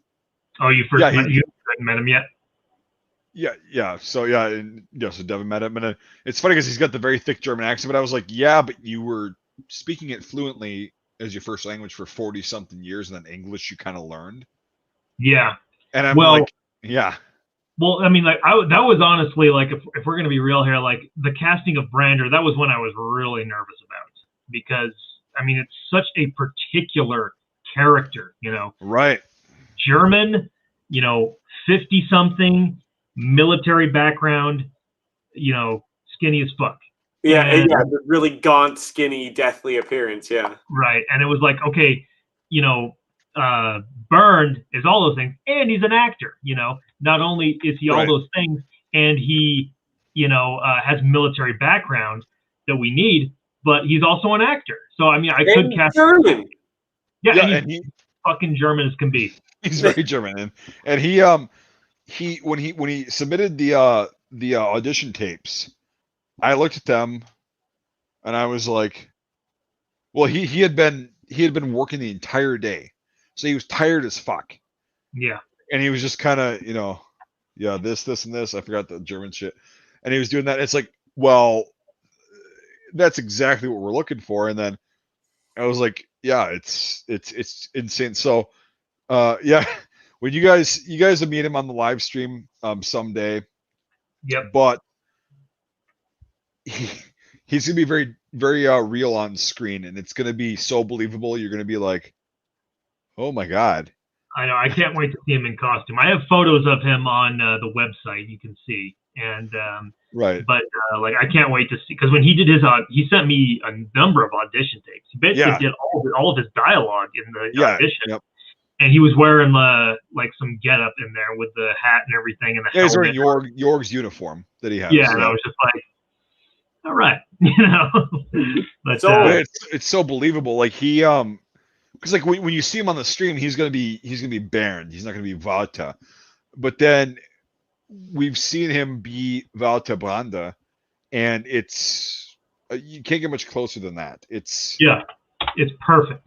It's so good because he's worn out, and like when they're not, you know, in, you know, operations, he's just kind of like, okay, enough with the Eastern Front shit. Like, let's, you know, come on. Yeah, let's just enjoy it. Yep, and then when he's in the combat setting, he's just very very analytical, and then, you know, doing his job very well because he knows what it entails. And then it's gonna be so cool going from, you know, this old guy that's, you're like, why the fuck is he a squad leader? Oh, when he's a squad leader, you're like, that's why he's a squad leader. That makes sense now, yeah. Right. He knows everything. He's very good at moving and everything. And it's just, the different personalities that are in that is, the one scene that's gonna be cool is when Brander takes his soft cap off, puts it in his belt or his pocket, and then puts his Stahlhelm on. It's like, well, now this is my business cap. Yeah. You know? Like, this is my business cap. Like, let's go out. We're doing this. And he's going to do such a good job. And yeah, Baron is a very thin guy. He's always been a very thin guy. He looks perfect for it. Yeah, exactly. And it's going to be so good. And so Jared is a nice thin guy, good looking guy, young looking guy. And it's going to be really good. And then the rest of the actors for their roles, when you look at the pictures on the site, which I'll post one more time, you can look at the side by side, and you can go, okay. And Laddie Tipton, so Max, that's playing Laddie, that's gonna be fantastic because Laddie doesn't have a lot of lines, but when he was one of those guys that, like, when he said something, it meant something. Yeah, you know, a few words, but like when he does talk, it's very impactful. And when we did the auditions, we talked about that with with Laddie. Yeah. We said, right from the start, like everyone who auditioned as Laddie, we said that this is, I mean, you're only going to, for your audition, you're only going to say one word, and it was like, oh, okay. I mean, it was like, no, this character is important. Like, it's all about his reaction to everything. I agree with that line. Yep. Yeah, like his facial, reactions to things and the way he looks at stuff and things like that. I mean, it's just as important as dialogue. Well, and that was one of the hardest parts to actually go through because a lot of people auditioned for it and a lot of people were really good at it. And it was like, okay, now for this one, we got what we did is we went through the majority. We got the majority cast of like, okay, we all agree on this. Then went through the second where it was like, okay, there's some, there's some discussion to be had. And then because Laddie had so many people audition for that part, he we were did. sitting there going, fuck. It was hard. One more time. And then we went through it, and it's like, so this guy is really good at this, and then this guy's, and it was like, okay. And then we narrowed it down, which is very hard. And yeah, so the casting was very difficult. It was fun. Yeah. It was very fun, but it was also very difficult because it's like, we have to get the perfect actor for this. Yeah, and I was the German ones where I was really nervous about, like say Brander, I was nervous about Halbrock, who Yoni is playing. I was really nervous about that one too. That was insane. Like I stopped myself from saying oofta, like the upper Midwestern shit. I was like, I stopped myself from when he did his final audition, when he died, the line that he read. Yeah, and I was like, I was sitting there going, holy fuck. Mm-hmm. And then the German advisors were like, yeah, that's, and we were all kind of quiet, and I was just like, holy fuck. And then it was good, and then we're like, yeah, hey, good job. And a lot of the German actors, when they walked in, we knew it was like, oh, okay. Mm-hmm. Okay. They walk in and you go, that's the presence we're looking for. And a few of them, like that we, didn't cast, had that presence. And then when they started reading the mannerisms and shit, so that was hard too on a few of them. And it was really cool to be a part of that. But like, man, some of those guys, like, and the Americans too, like some of those guys just walk in and you're like, okay, that was the standard. Let's see the others. We gave everybody a fair chance. We did. Yeah, we did. We gave everybody a fair chance because there was a lot of very strong actors who showed up to the auditions, but it got intense. No, Yoni's one was really good, and Yoni, he's only 15 years old, and because he's playing someone who's right out of the Hitler Youth, and I didn't know that until he left and you said, yeah, he's only 15, and I was like, okay, he's the real deal. He's really good. Yeah, he got tingles down my spine and the German advisor's spine. Yeah, when you guys are a tough audience. Yes. And but he took direction very well, and that's the thing too, is like a lot of the actors who took direction very well, that made it more difficult for us to choose. Mm-hmm. It's like, okay, well, you improved on your first and second take, do it one more time. Okay.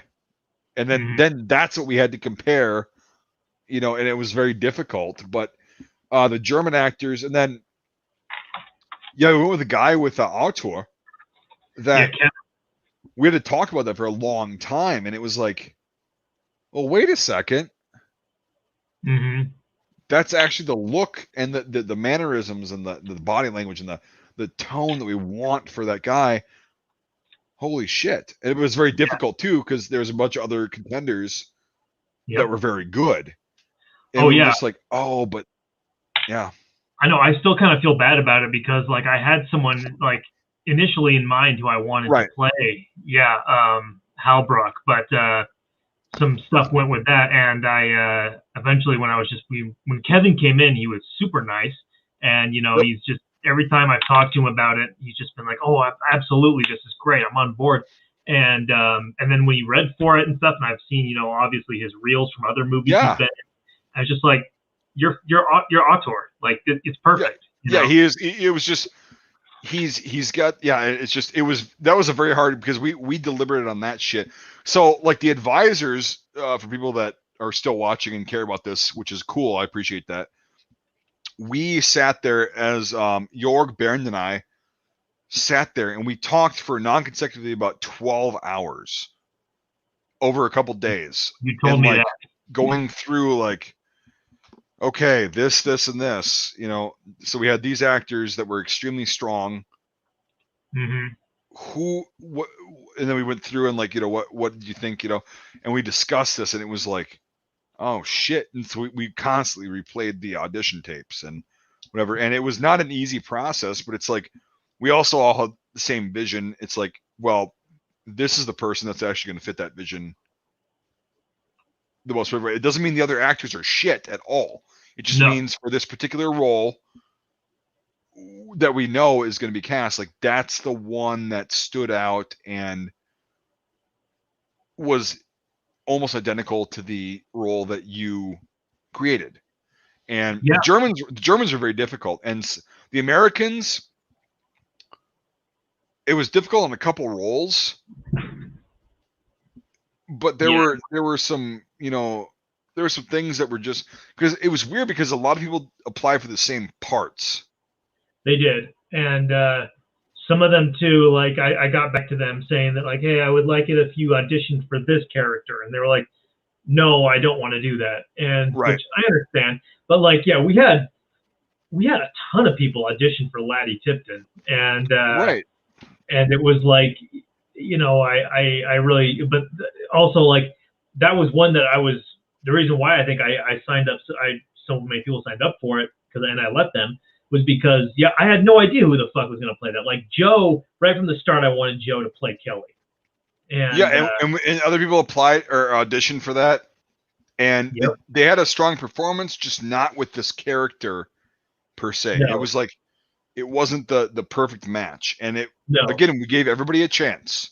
Everybody had a chance, and excuse me, there was some deliberation with these parts even, and then it was like, well, the performance, like who is this character? Bam, kind of outweighed, some other things, and it was like, okay, we got that, and the resemblance just sort of happened. It sort of fell into our laps. Yeah, they again, as Mike said, you look at the side by side on the website. It's like it's pretty good. It's insane, but like these people, like we had like you were saying, the auditions were very short, and like we had them read certain lines that were very important. Yes. And how they were delivered and how they were, whatever.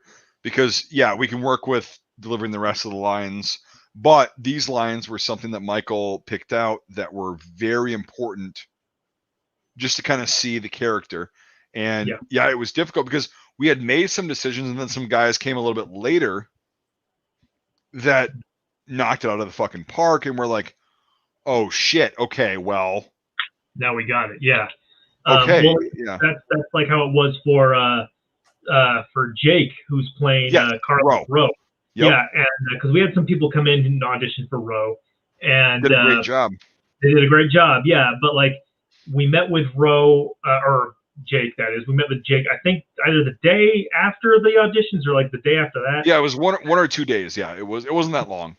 Right, and he came in, and it was one of those things where like, okay, like physically like perfect, and then we sat down, and he was a very nice guy and everything like that. And we started talking about the role, and he was like, oh, I really think this is cool. I think it's a great idea.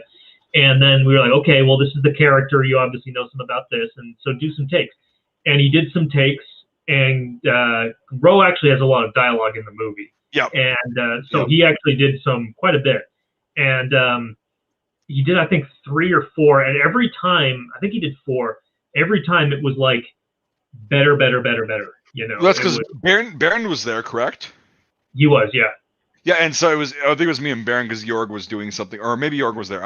But I remember me and Baron and I, we were talking and saying, okay, Jorg was there. Yep, he was there.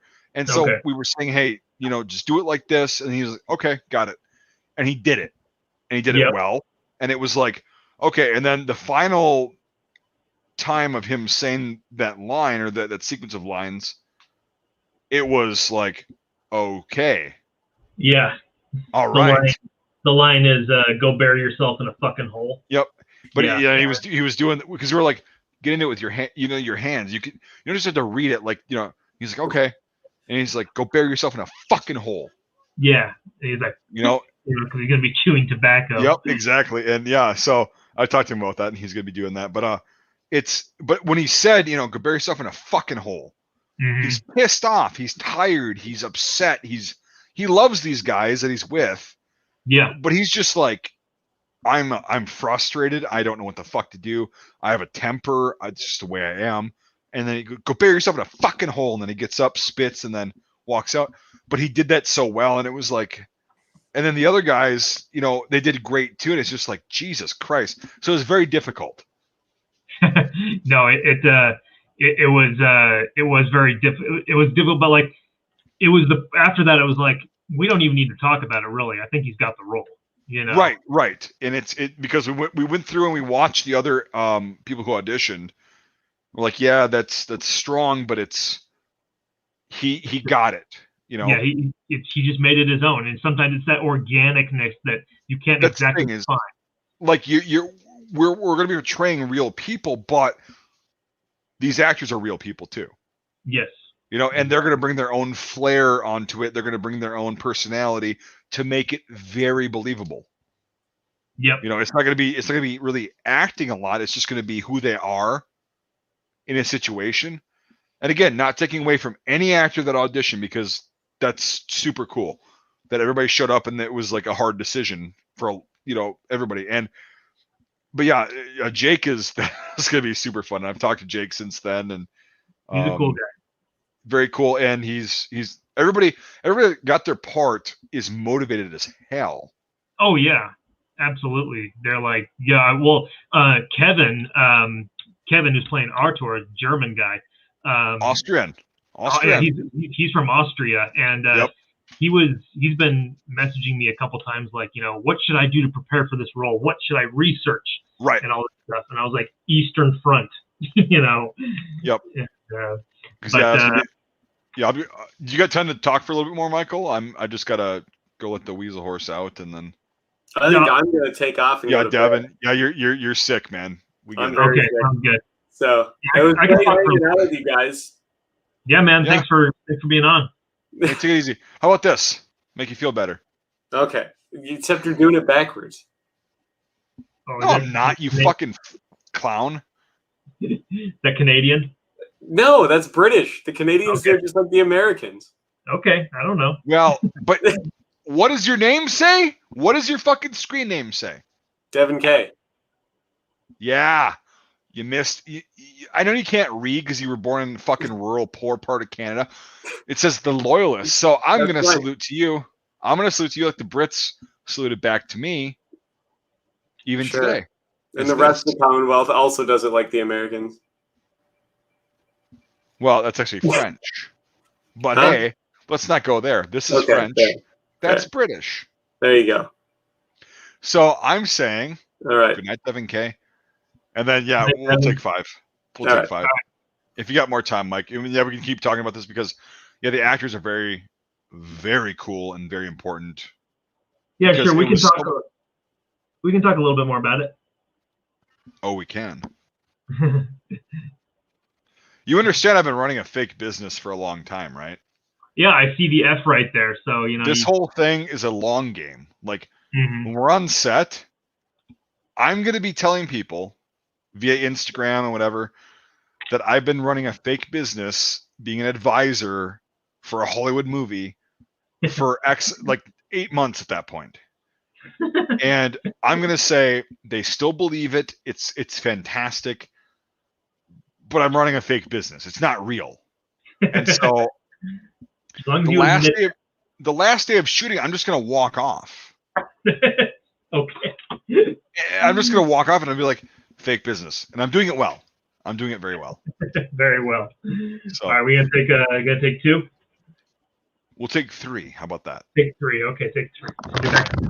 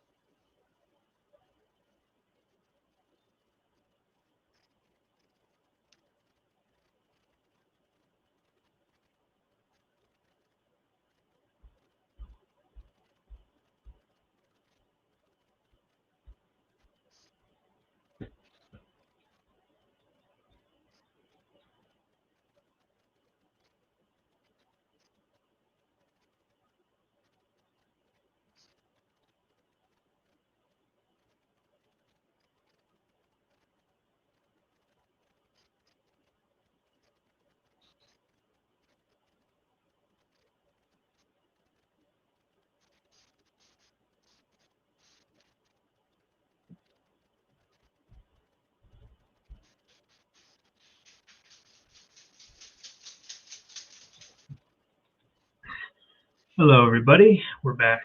At least I am. Don't know where the fuck Mike is. He doesn't come back on. May God have mercy on us all. Oh, there he is.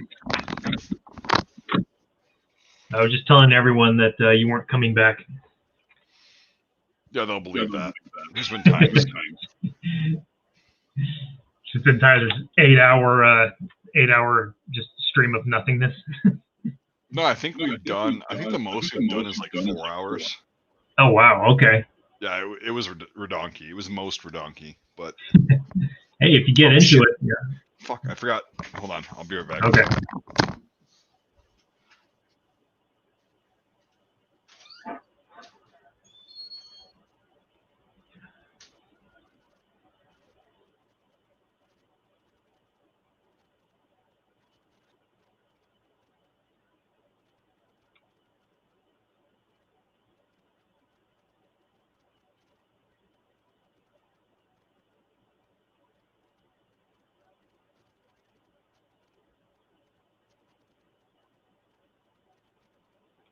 I'm just reading the chat right now, just to see what everyone's talking about. I have no idea. I see leg snapped. I hear cat. Something about someone named McGregor. Is that the UFC fighter? I don't fucking know. Let's see here. Forgot who won. Woo, Texas. FIFA. So did anyone see the big game? Okay, I guess that's where it starts. No, I didn't see any game because I don't watch sports. I'm too much of a movie and art nerd and history nerd to watch sports. If I'm ever doing leisure time, it's watching a TV show or watching movies or reading about some obscure bullshit.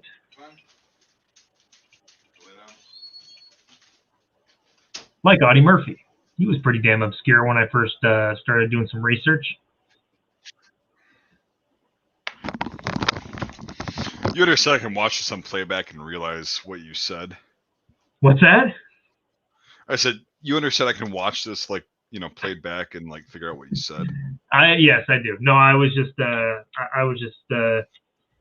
with the lack of your presence, I just kind of go off, and I was just saying, you know, how I what I do when I'm not doing stuff like this, and how someone mentioned something about sports, and I said I don't watch sports.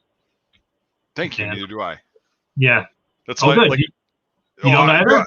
Have I never told you this? Like, every time I travel outside, you know, of the Midwest area, and they're like, yeah, hey, so you're a cool guy. Where are you from? And I'm like, I'm from Wisconsin. They go, oh, so you're a Green Bay Packers fan. You're a cheesehead. And I'm like, no.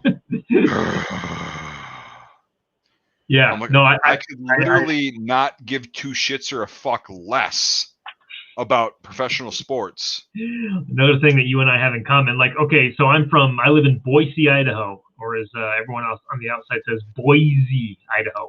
Out here in Boise, right? Yeah, Boise. That's how you say it, Boise. Okay, and, so I was right. Thank you. Yes.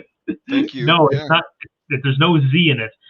But out here in Boise, Idaho, BSU, Boise State football is huge out here. Blue and orange shit everywhere. That's all you have, though.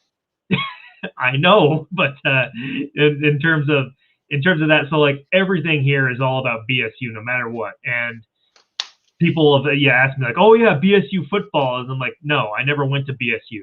You know, and I don't give a shit about the football team. I've stood on the blue turf before, but who gives a fuck? It's blue AstroTurf. It's nothing special. So David Wagner Woodworks, this guy is a fucking repetitive troll. He's a piece of shit who I know in person. Okay, so you can say that about him then. Yeah. But yeah, I just want to recognize, yeah, David, yeah, I fucking realize you're watching. I told you I was over at your residence a little bit earlier, and I said, come on and troll the fucking comments.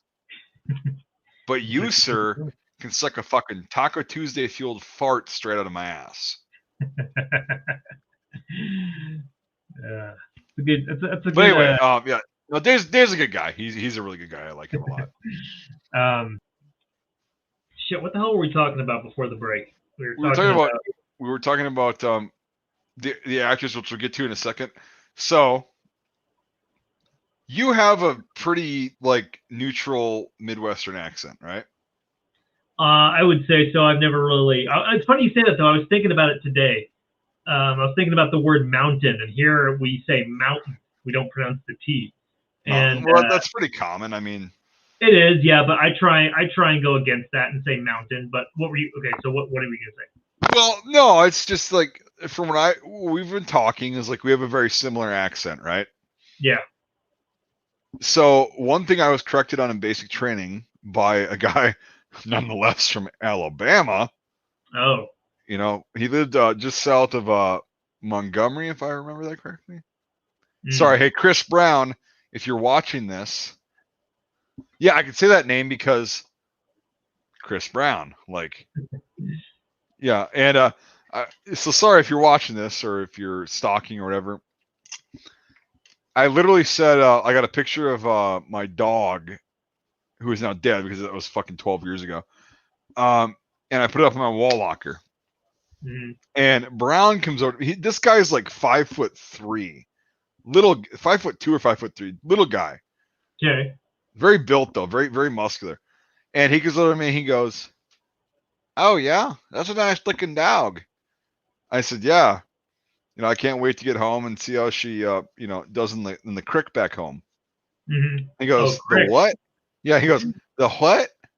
And I'm like, "Yeah, the crick. We have a crick in our backyard. It runs through, and it, it's pretty cool. It's like 6 feet wide usually." He goes, "Yeah, y'all mean creek?" And I was like, "Yeah, that's what I said." And he goes, "No, y'all said crick." He says, "There's 2 E's in creek, Birch.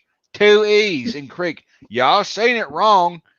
And he's like, that, he's just like giving me shit for it. And I'm like, dude, you're from fucking Alabama.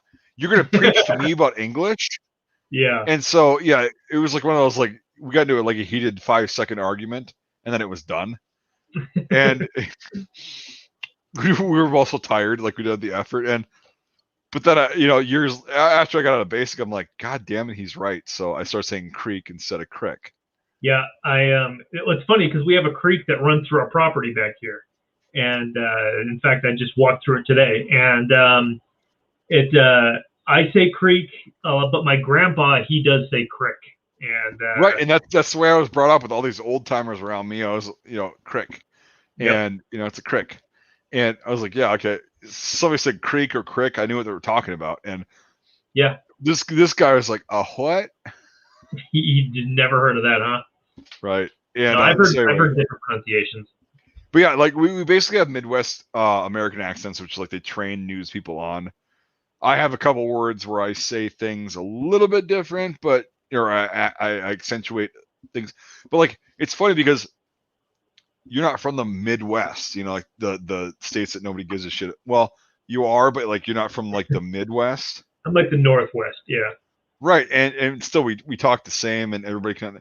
What's funny is like over in the sandbox is every single person that I ever encountered. A lot of them spoke English as a second language, and they said, "Well, we can all understand what you're saying because it's very, you enunciate, and we can understand that." We have a hard problem understanding people from New York, New Jersey, and the South. Really interesting. Yep, they said, "Yeah." Right. Well, yeah, the South is when I say the South, there's so many different dialects and whatever. Yeah. And but they were talking about like the guys from West Virginia, Eastern Kentucky, and then like Mississippi, Alabama, Arkansas, Louisiana, northern Louisiana. Well, southern Louisiana. That's a fun accent too. But oh man, so that's what they had a problem with is like they couldn't understand them. They had to ask them to repeat themselves. But it was cool. But anyway, yeah, sports don't give a fuck about that. Nope, me neither. And people are always surprised, and they go, "Well, you're a cheesehead?" I'm like, "I just told you." They're like, "No, do you like cheese?" I'm like, "Well, fuck yeah." Wisconsin's got some of the best. Wisconsin and Vermont have the best fucking cheese in the world, I would say. That doesn't have shit to do with sports. Right. But I'm like, if you want to talk about cheese, yeah, now we're on to something. I will talk your fucking ear off about cheese. And you're gonna regret asking me if I'm a cheesehead. But yeah, it's good stuff. So the actors we're going through. I'm just gonna go down the list. So we've already done Audie, Autor. Who's this piece of shit you got in your site?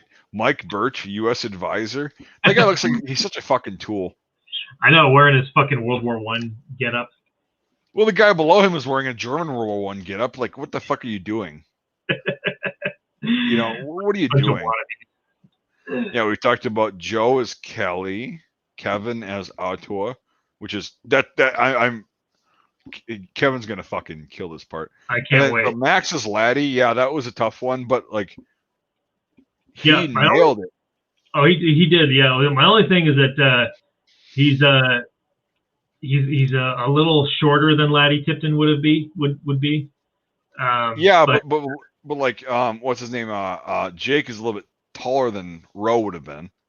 That's true. Yeah. So I mean, we again, we weren't casting based on that. We were casting based on the performance. That's true. So so Yoni, let's talk about Yoni for a bit. Yeah, Yoni is Heilbruck. Yep, Heilbruck. Mm-hmm. Fucking Baron. Sometimes I just troll him and I like purposely mispronounce it because he's like I was like, okay, say squirrel. Yeah, and he's like, okay. He doesn't even say it. He doesn't even say it. If you want to know, like, if somebody's from Germany and they've got a great American accent or a English accent, whatever, just say, hey. Those things that like they jump in the trees and like they have puffy tails. What do you call them? Squirrel. Squirrel. Okay. Yep. And the German word's fun too, Eichhörnchen. And I totally mispronounced that. Like I have a very thick accent when I say that word. It's a very tough word. But anyway, Yoni. The cool thing about him is he's 15, right? He fucking nailed exactly what we wanted to see. And he speaks, he speaks 5-6 languages. Yeah. So one. I mean, how many 15-year-olds do you know who speak 5 languages? Right. Yeah, he's learning American Sign Language right now. That's his thing. And what's interesting about him is like you put in his bio, or he put in his bio. I'll read it verbatim. Go for it. He says, auditioning to play a World War II Wehrmacht soldier was not a simple decision for Yoni, being a great-grandson of Holocaust survivors. However, Yoni recognized the worth of the universal message of the film and the unique opportunity to take part in such an important project. So, this guy, is going to be wearing, Hakenkreuz, the windmill of peace, we call it as a joke because you can't say swastika. Right. So, but he's going to be wearing, a swastika on his chest and on his helmet. And this guy's great-grandparents survived the Holocaust in Europe. Yeah, that's pretty crazy. And so he recognized that, like, it was very important. Yeah. To just play this role because he knows, and his family knows, that not every German soldier, very few German soldiers, were actually, members of that political party, and all that stuff. And so it's going to be really interesting, like in the backstory that you guys all know now, because you've seen this. Mm-hmm. He's going to be portraying a German soldier, a young German soldier, wearing that stuff, and he's directly affected by that. His great-grandparents were survivors of that. Yep. The trauma is there, but he also recognized that this is not about that, and he was willing to do it. He did it very well. He got into the role. He was there, and he's going to be awesome. He started learning the language for the part. That's right. Dedication. Yep. And so it's going to be very interesting because enough time has passed where we're like, okay, we understand what happened, but we still also want to portray the other part of what happened. Not everybody was on board with that. Not everybody. I knew from the start, because I looked him, I looked him up, that Yoni was Jewish, and of course it doesn't matter to me, but I knew that that might be, in terms of the movie and the subject matter, that might be an issue with his family, with him and his family. However, none of them have mentioned that, and he has never mentioned that to me. When he typed up this bio in here, this was the first time he's actually mentioned that. And the fact that he has, in fact, he just sent me a message just now, but on my phone. But the fact that he acknowledges that this is not about labeling people as villains. This is about the humanity behind. It just is what it is. He's a German soldier, and it is what it is, and it's very powerful, actually. And it also, it's gonna, when people find out later on, if they watch this film and they're impacted by it, they're gonna figure out, oh, okay, so this guy knew and understood, this role and in the film and the message, that he was able to put on the windmill of peace. Yeah, exactly right. And just portray that, and because he's not portraying somebody that persecuted his grandparents, great grandparents. He's not portraying somebody like that. He's portraying a kid, that got wound up in a shitty situation because of the socioeconomic and the social aspect of it, and it was like, okay, I guess I'm going, and he's into it. He's into it too. Like he's into it. He's like, he told me that like he's exercising right now, and that he's, by the time we get to the shooting, he's going to cut his hair into that that Wehrmacht haircut. Kind of like what you've half got going on there. A little bit, yeah. A little bit. Let's not ignore that. I know, ladies like it though. But so it's fine. Because he would have had that hairstyle at the time, and it is what it is. We're going to be portraying history as it was, not how people think it should have been, or it was. Right. It's not it's not Inglourious Bastards or Indiana Jones or anything like that. And I'm really glad that he acknowledges that, because I have had a lot of, in terms of trying to do this whole humanity thing, I have had people push back with that because they have, connections to history like that through their relatives and such. Yeah, and I get that, and then this is it's something that, again, we got that 97-year-old veteran to have an emotional response just to the idea of this, of portraying people as humans, and it's like, you combine that with, you got Yoni's story, his family history. Yep. And it's like, that's what we're going for, Yeah, and I don't ever want to even talk to him about, maybe after the movie I'll ask him about it, Well, no, here's the thing is, if he wants to say something about it, he can say something about it. Oh, absolutely, right. But I'm saying, as a director, as someone who's working with him, I don't want to bring that up. I want him to stay focused on that character. And the German advisors are the same way. That's why with Bernd, I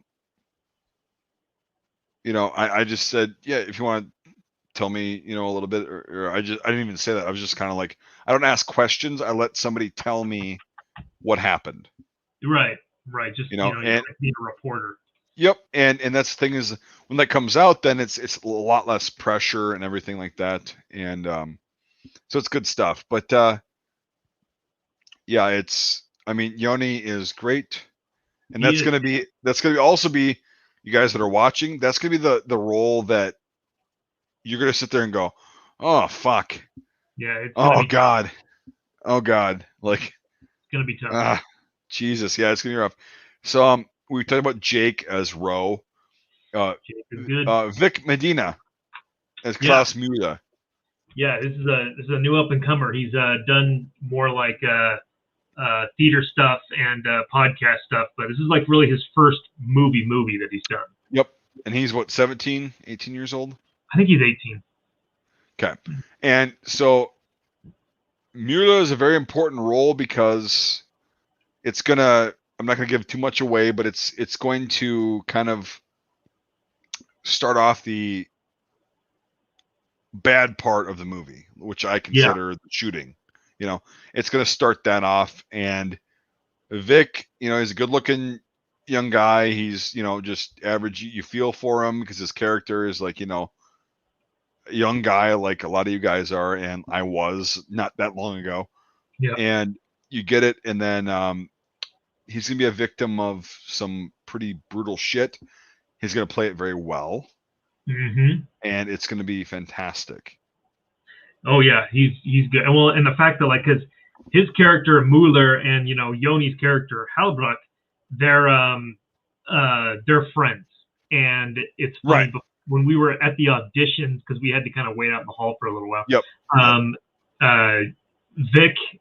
Victor and Yoni just started talking, and it was like I could just put these two together, and it seemed like they were already friends. So it's just that natural chemistry was already there, and it was like they're the youngest guys, and like it's funny because they're squad leaders more than twice their age. Yep. You know, if you think about it, and okay, well, you know, he knows he's been around the block, but he can still work with them, and he knows, and it's gonna be really fun. Victor's gonna knock it out of the fucking park. Oh yeah, no, I have confidence in everyone. Like these next two are gonna be really interesting, even though they're not featured as much, Joe and Bolek, but right, the characters are like. We should still talk about them, you know. And then again, Fife, we're gonna talk about him. I think we'll talk about Fife, and then we'll wrap it up. Okay, because it's a guy on the site, but like, so Kyle as Joe Sieja. Yeah, I don't know how to pronounce it. I'm not Polish. Well, Sieja. Heritage-wise, I'm a quarter Polish, but I don't know how to speak the language. My bad. I fucked it up. So these two guys in the film are both Polish. Okay, yeah. and so Kyle read Joe's parts very well in the auditions, and it's like, okay, well, that's cool, and then we'll get to how, you know, that's going to be even better. But Kyle just read it as Joe would have. I think it's like, yeah, you don't like the Germans at all because they just get done fucking over your entire homeland. Exactly right. And you hear the stories coming out because you know people from there and everything, and this is like it's a personal vendetta for him. Every German he sees is just the fucking enemy. Yeah, as he calls them, sons of bitches. Yep, sons of bitches. Mm-hmm. Yep, and he's from Chicago, but he goes, you know, Kyle has got this presence and this, you know what I mean? Like, I was a little nervous when he was in the room. Yeah, he's got this presence though, where he's like, yeah, hey, oh, okay. And he takes souvenirs and everything, and it's like whatever. And he was really into it. I thought he actually was like Polish or something because he had an accent when he came in. He didn't stop for the whole thing. Like when he was just talking to me, he had an accent. And later on, I was like, you know, so you're actually, when I was messaging him, and he was like, no, I'm from California. And I'm like, yeah, he had an accent the whole time. He was like, yeah, I was the character. I was Joe. You know, I'm just like, okay. There you go. There you go. Yep. That's going to be great. And then leading into that is we've got Bart Wojtyla, whatever the fuck. I'm not Polish. I can't pronounce that. But well, yeah, if you look at his actual name in Polish, it's even more crazy. Right. And so Bart is a Polish guy. He was born in Poland in 1982. Mm-hmm.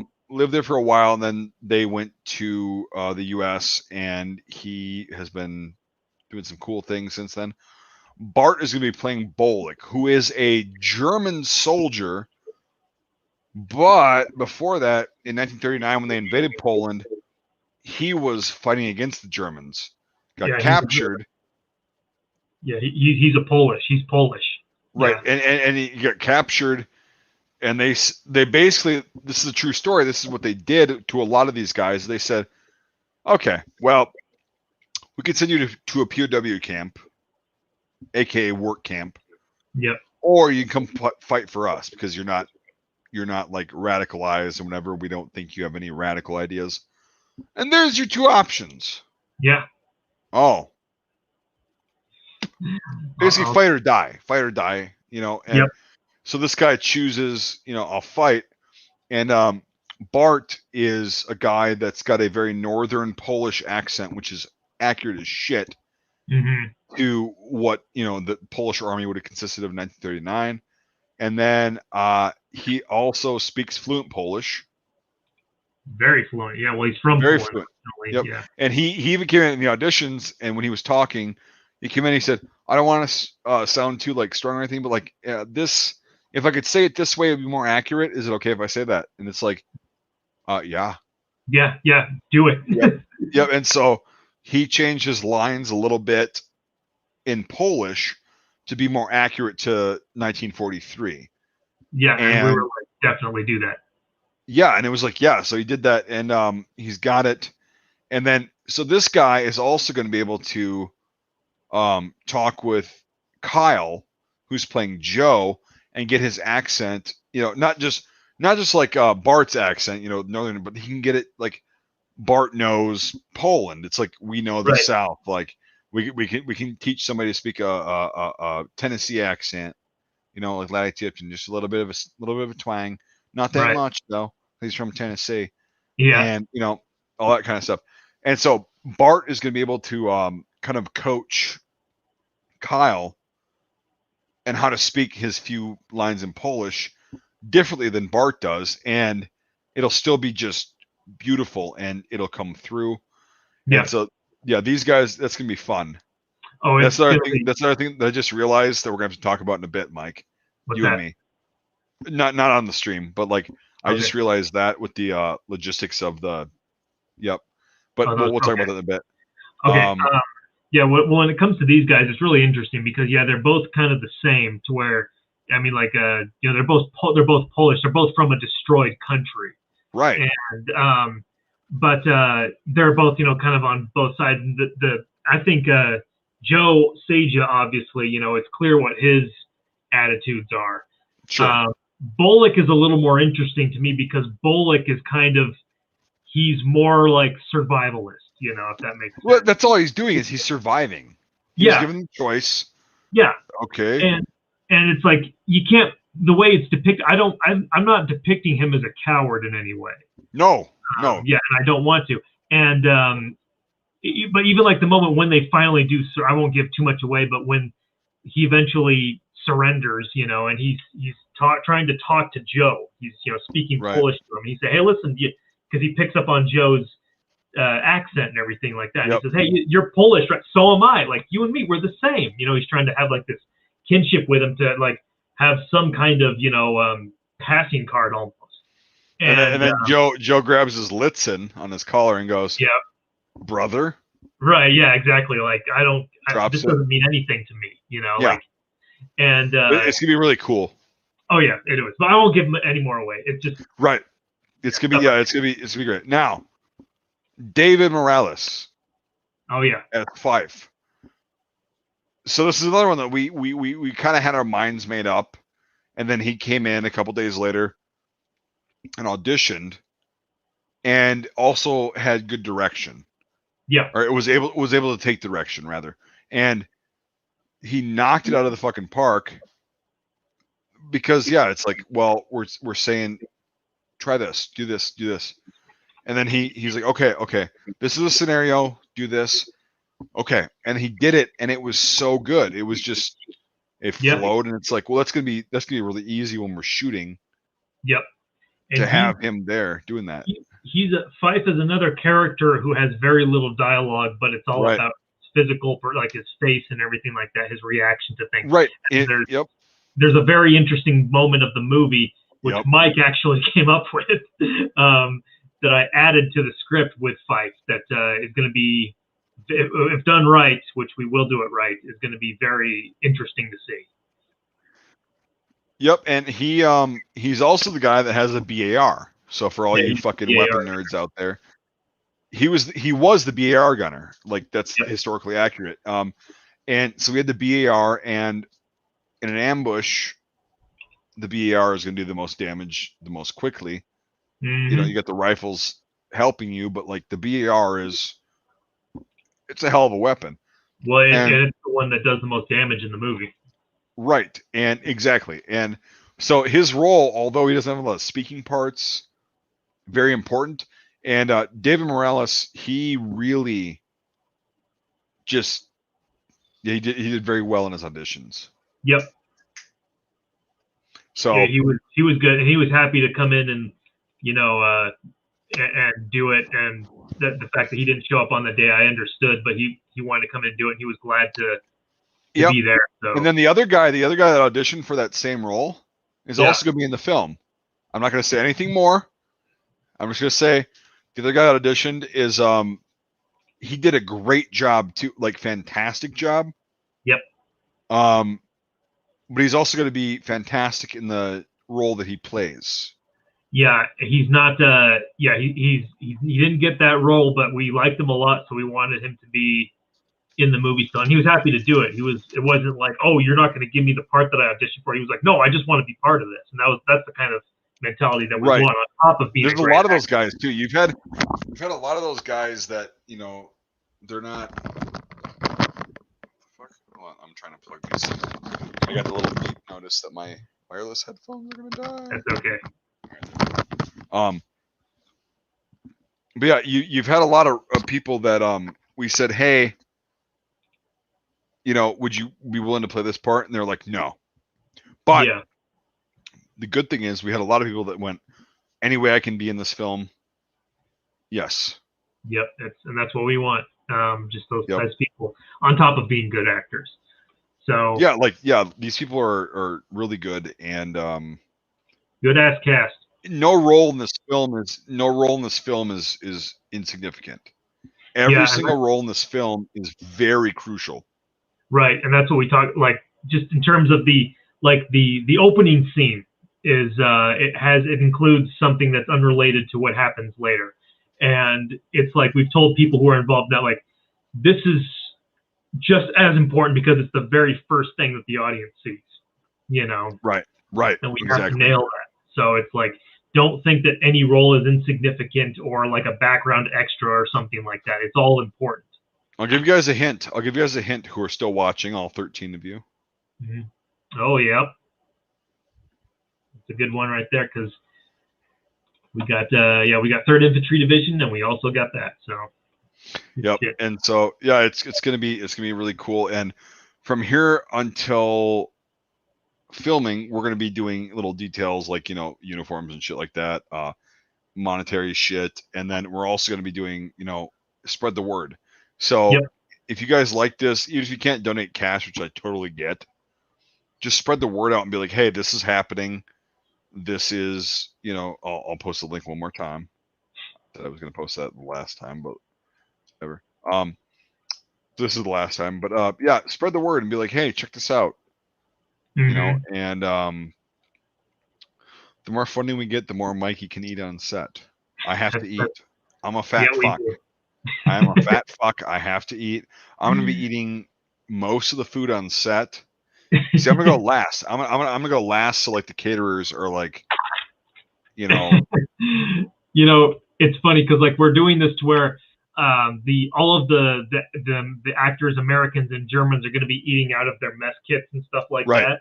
Right. And I can just imagine like, because you're going to be corralling all the American guys. You're just going to be like sitting there like fucking like stuffing your face like fucking over there and shit like that. Oh no, it's not going to be that. It's going to be I can eat fast. Oh, okay. And I'll eat fast. I'll enjoy it. It's going to be great. And then it's like, why are you guys still eating? What are you doing? What's going on? Yeah, come on. Pick it up, guys. Yeah, it's not going to be. We'll talk about that off stream. Cool. So these guys, These guys, if we got some infiltrators, like the actors that are watching this stream, which I don't think they will, but they might catch up or catch on to this. I don't want to have any information out there. They don't know what the fuck is going to happen. No, we're good. We're good. So, all right, guys. Well, hey, all 14 of you that made it through this. Thanks for sticking with us. Yeah, people will watch this after the fact, though. And hey, if you watch this after the fact, type Michael Heartatackkkkkkkerman is gay. That's all I want you to type. If you made it this far, you watched the whole thing, type that in the comments, and I will definitely like it, and I'll probably respond to you by going, yes. I just had to do it because after the fact, people watch this shit. So, all right. Anyway, damn the man, you so hot. You so hot. You like this? You like this fucking? It's got that triple chin in there, man. Triple? Yeah, I'm trying. God damn it! I'm trying for the triple, but you distracted me. Working on it. So, sorry. All right, guys. Thanks for watching, everybody, and till next time. We'll see you maybe next week. Yes.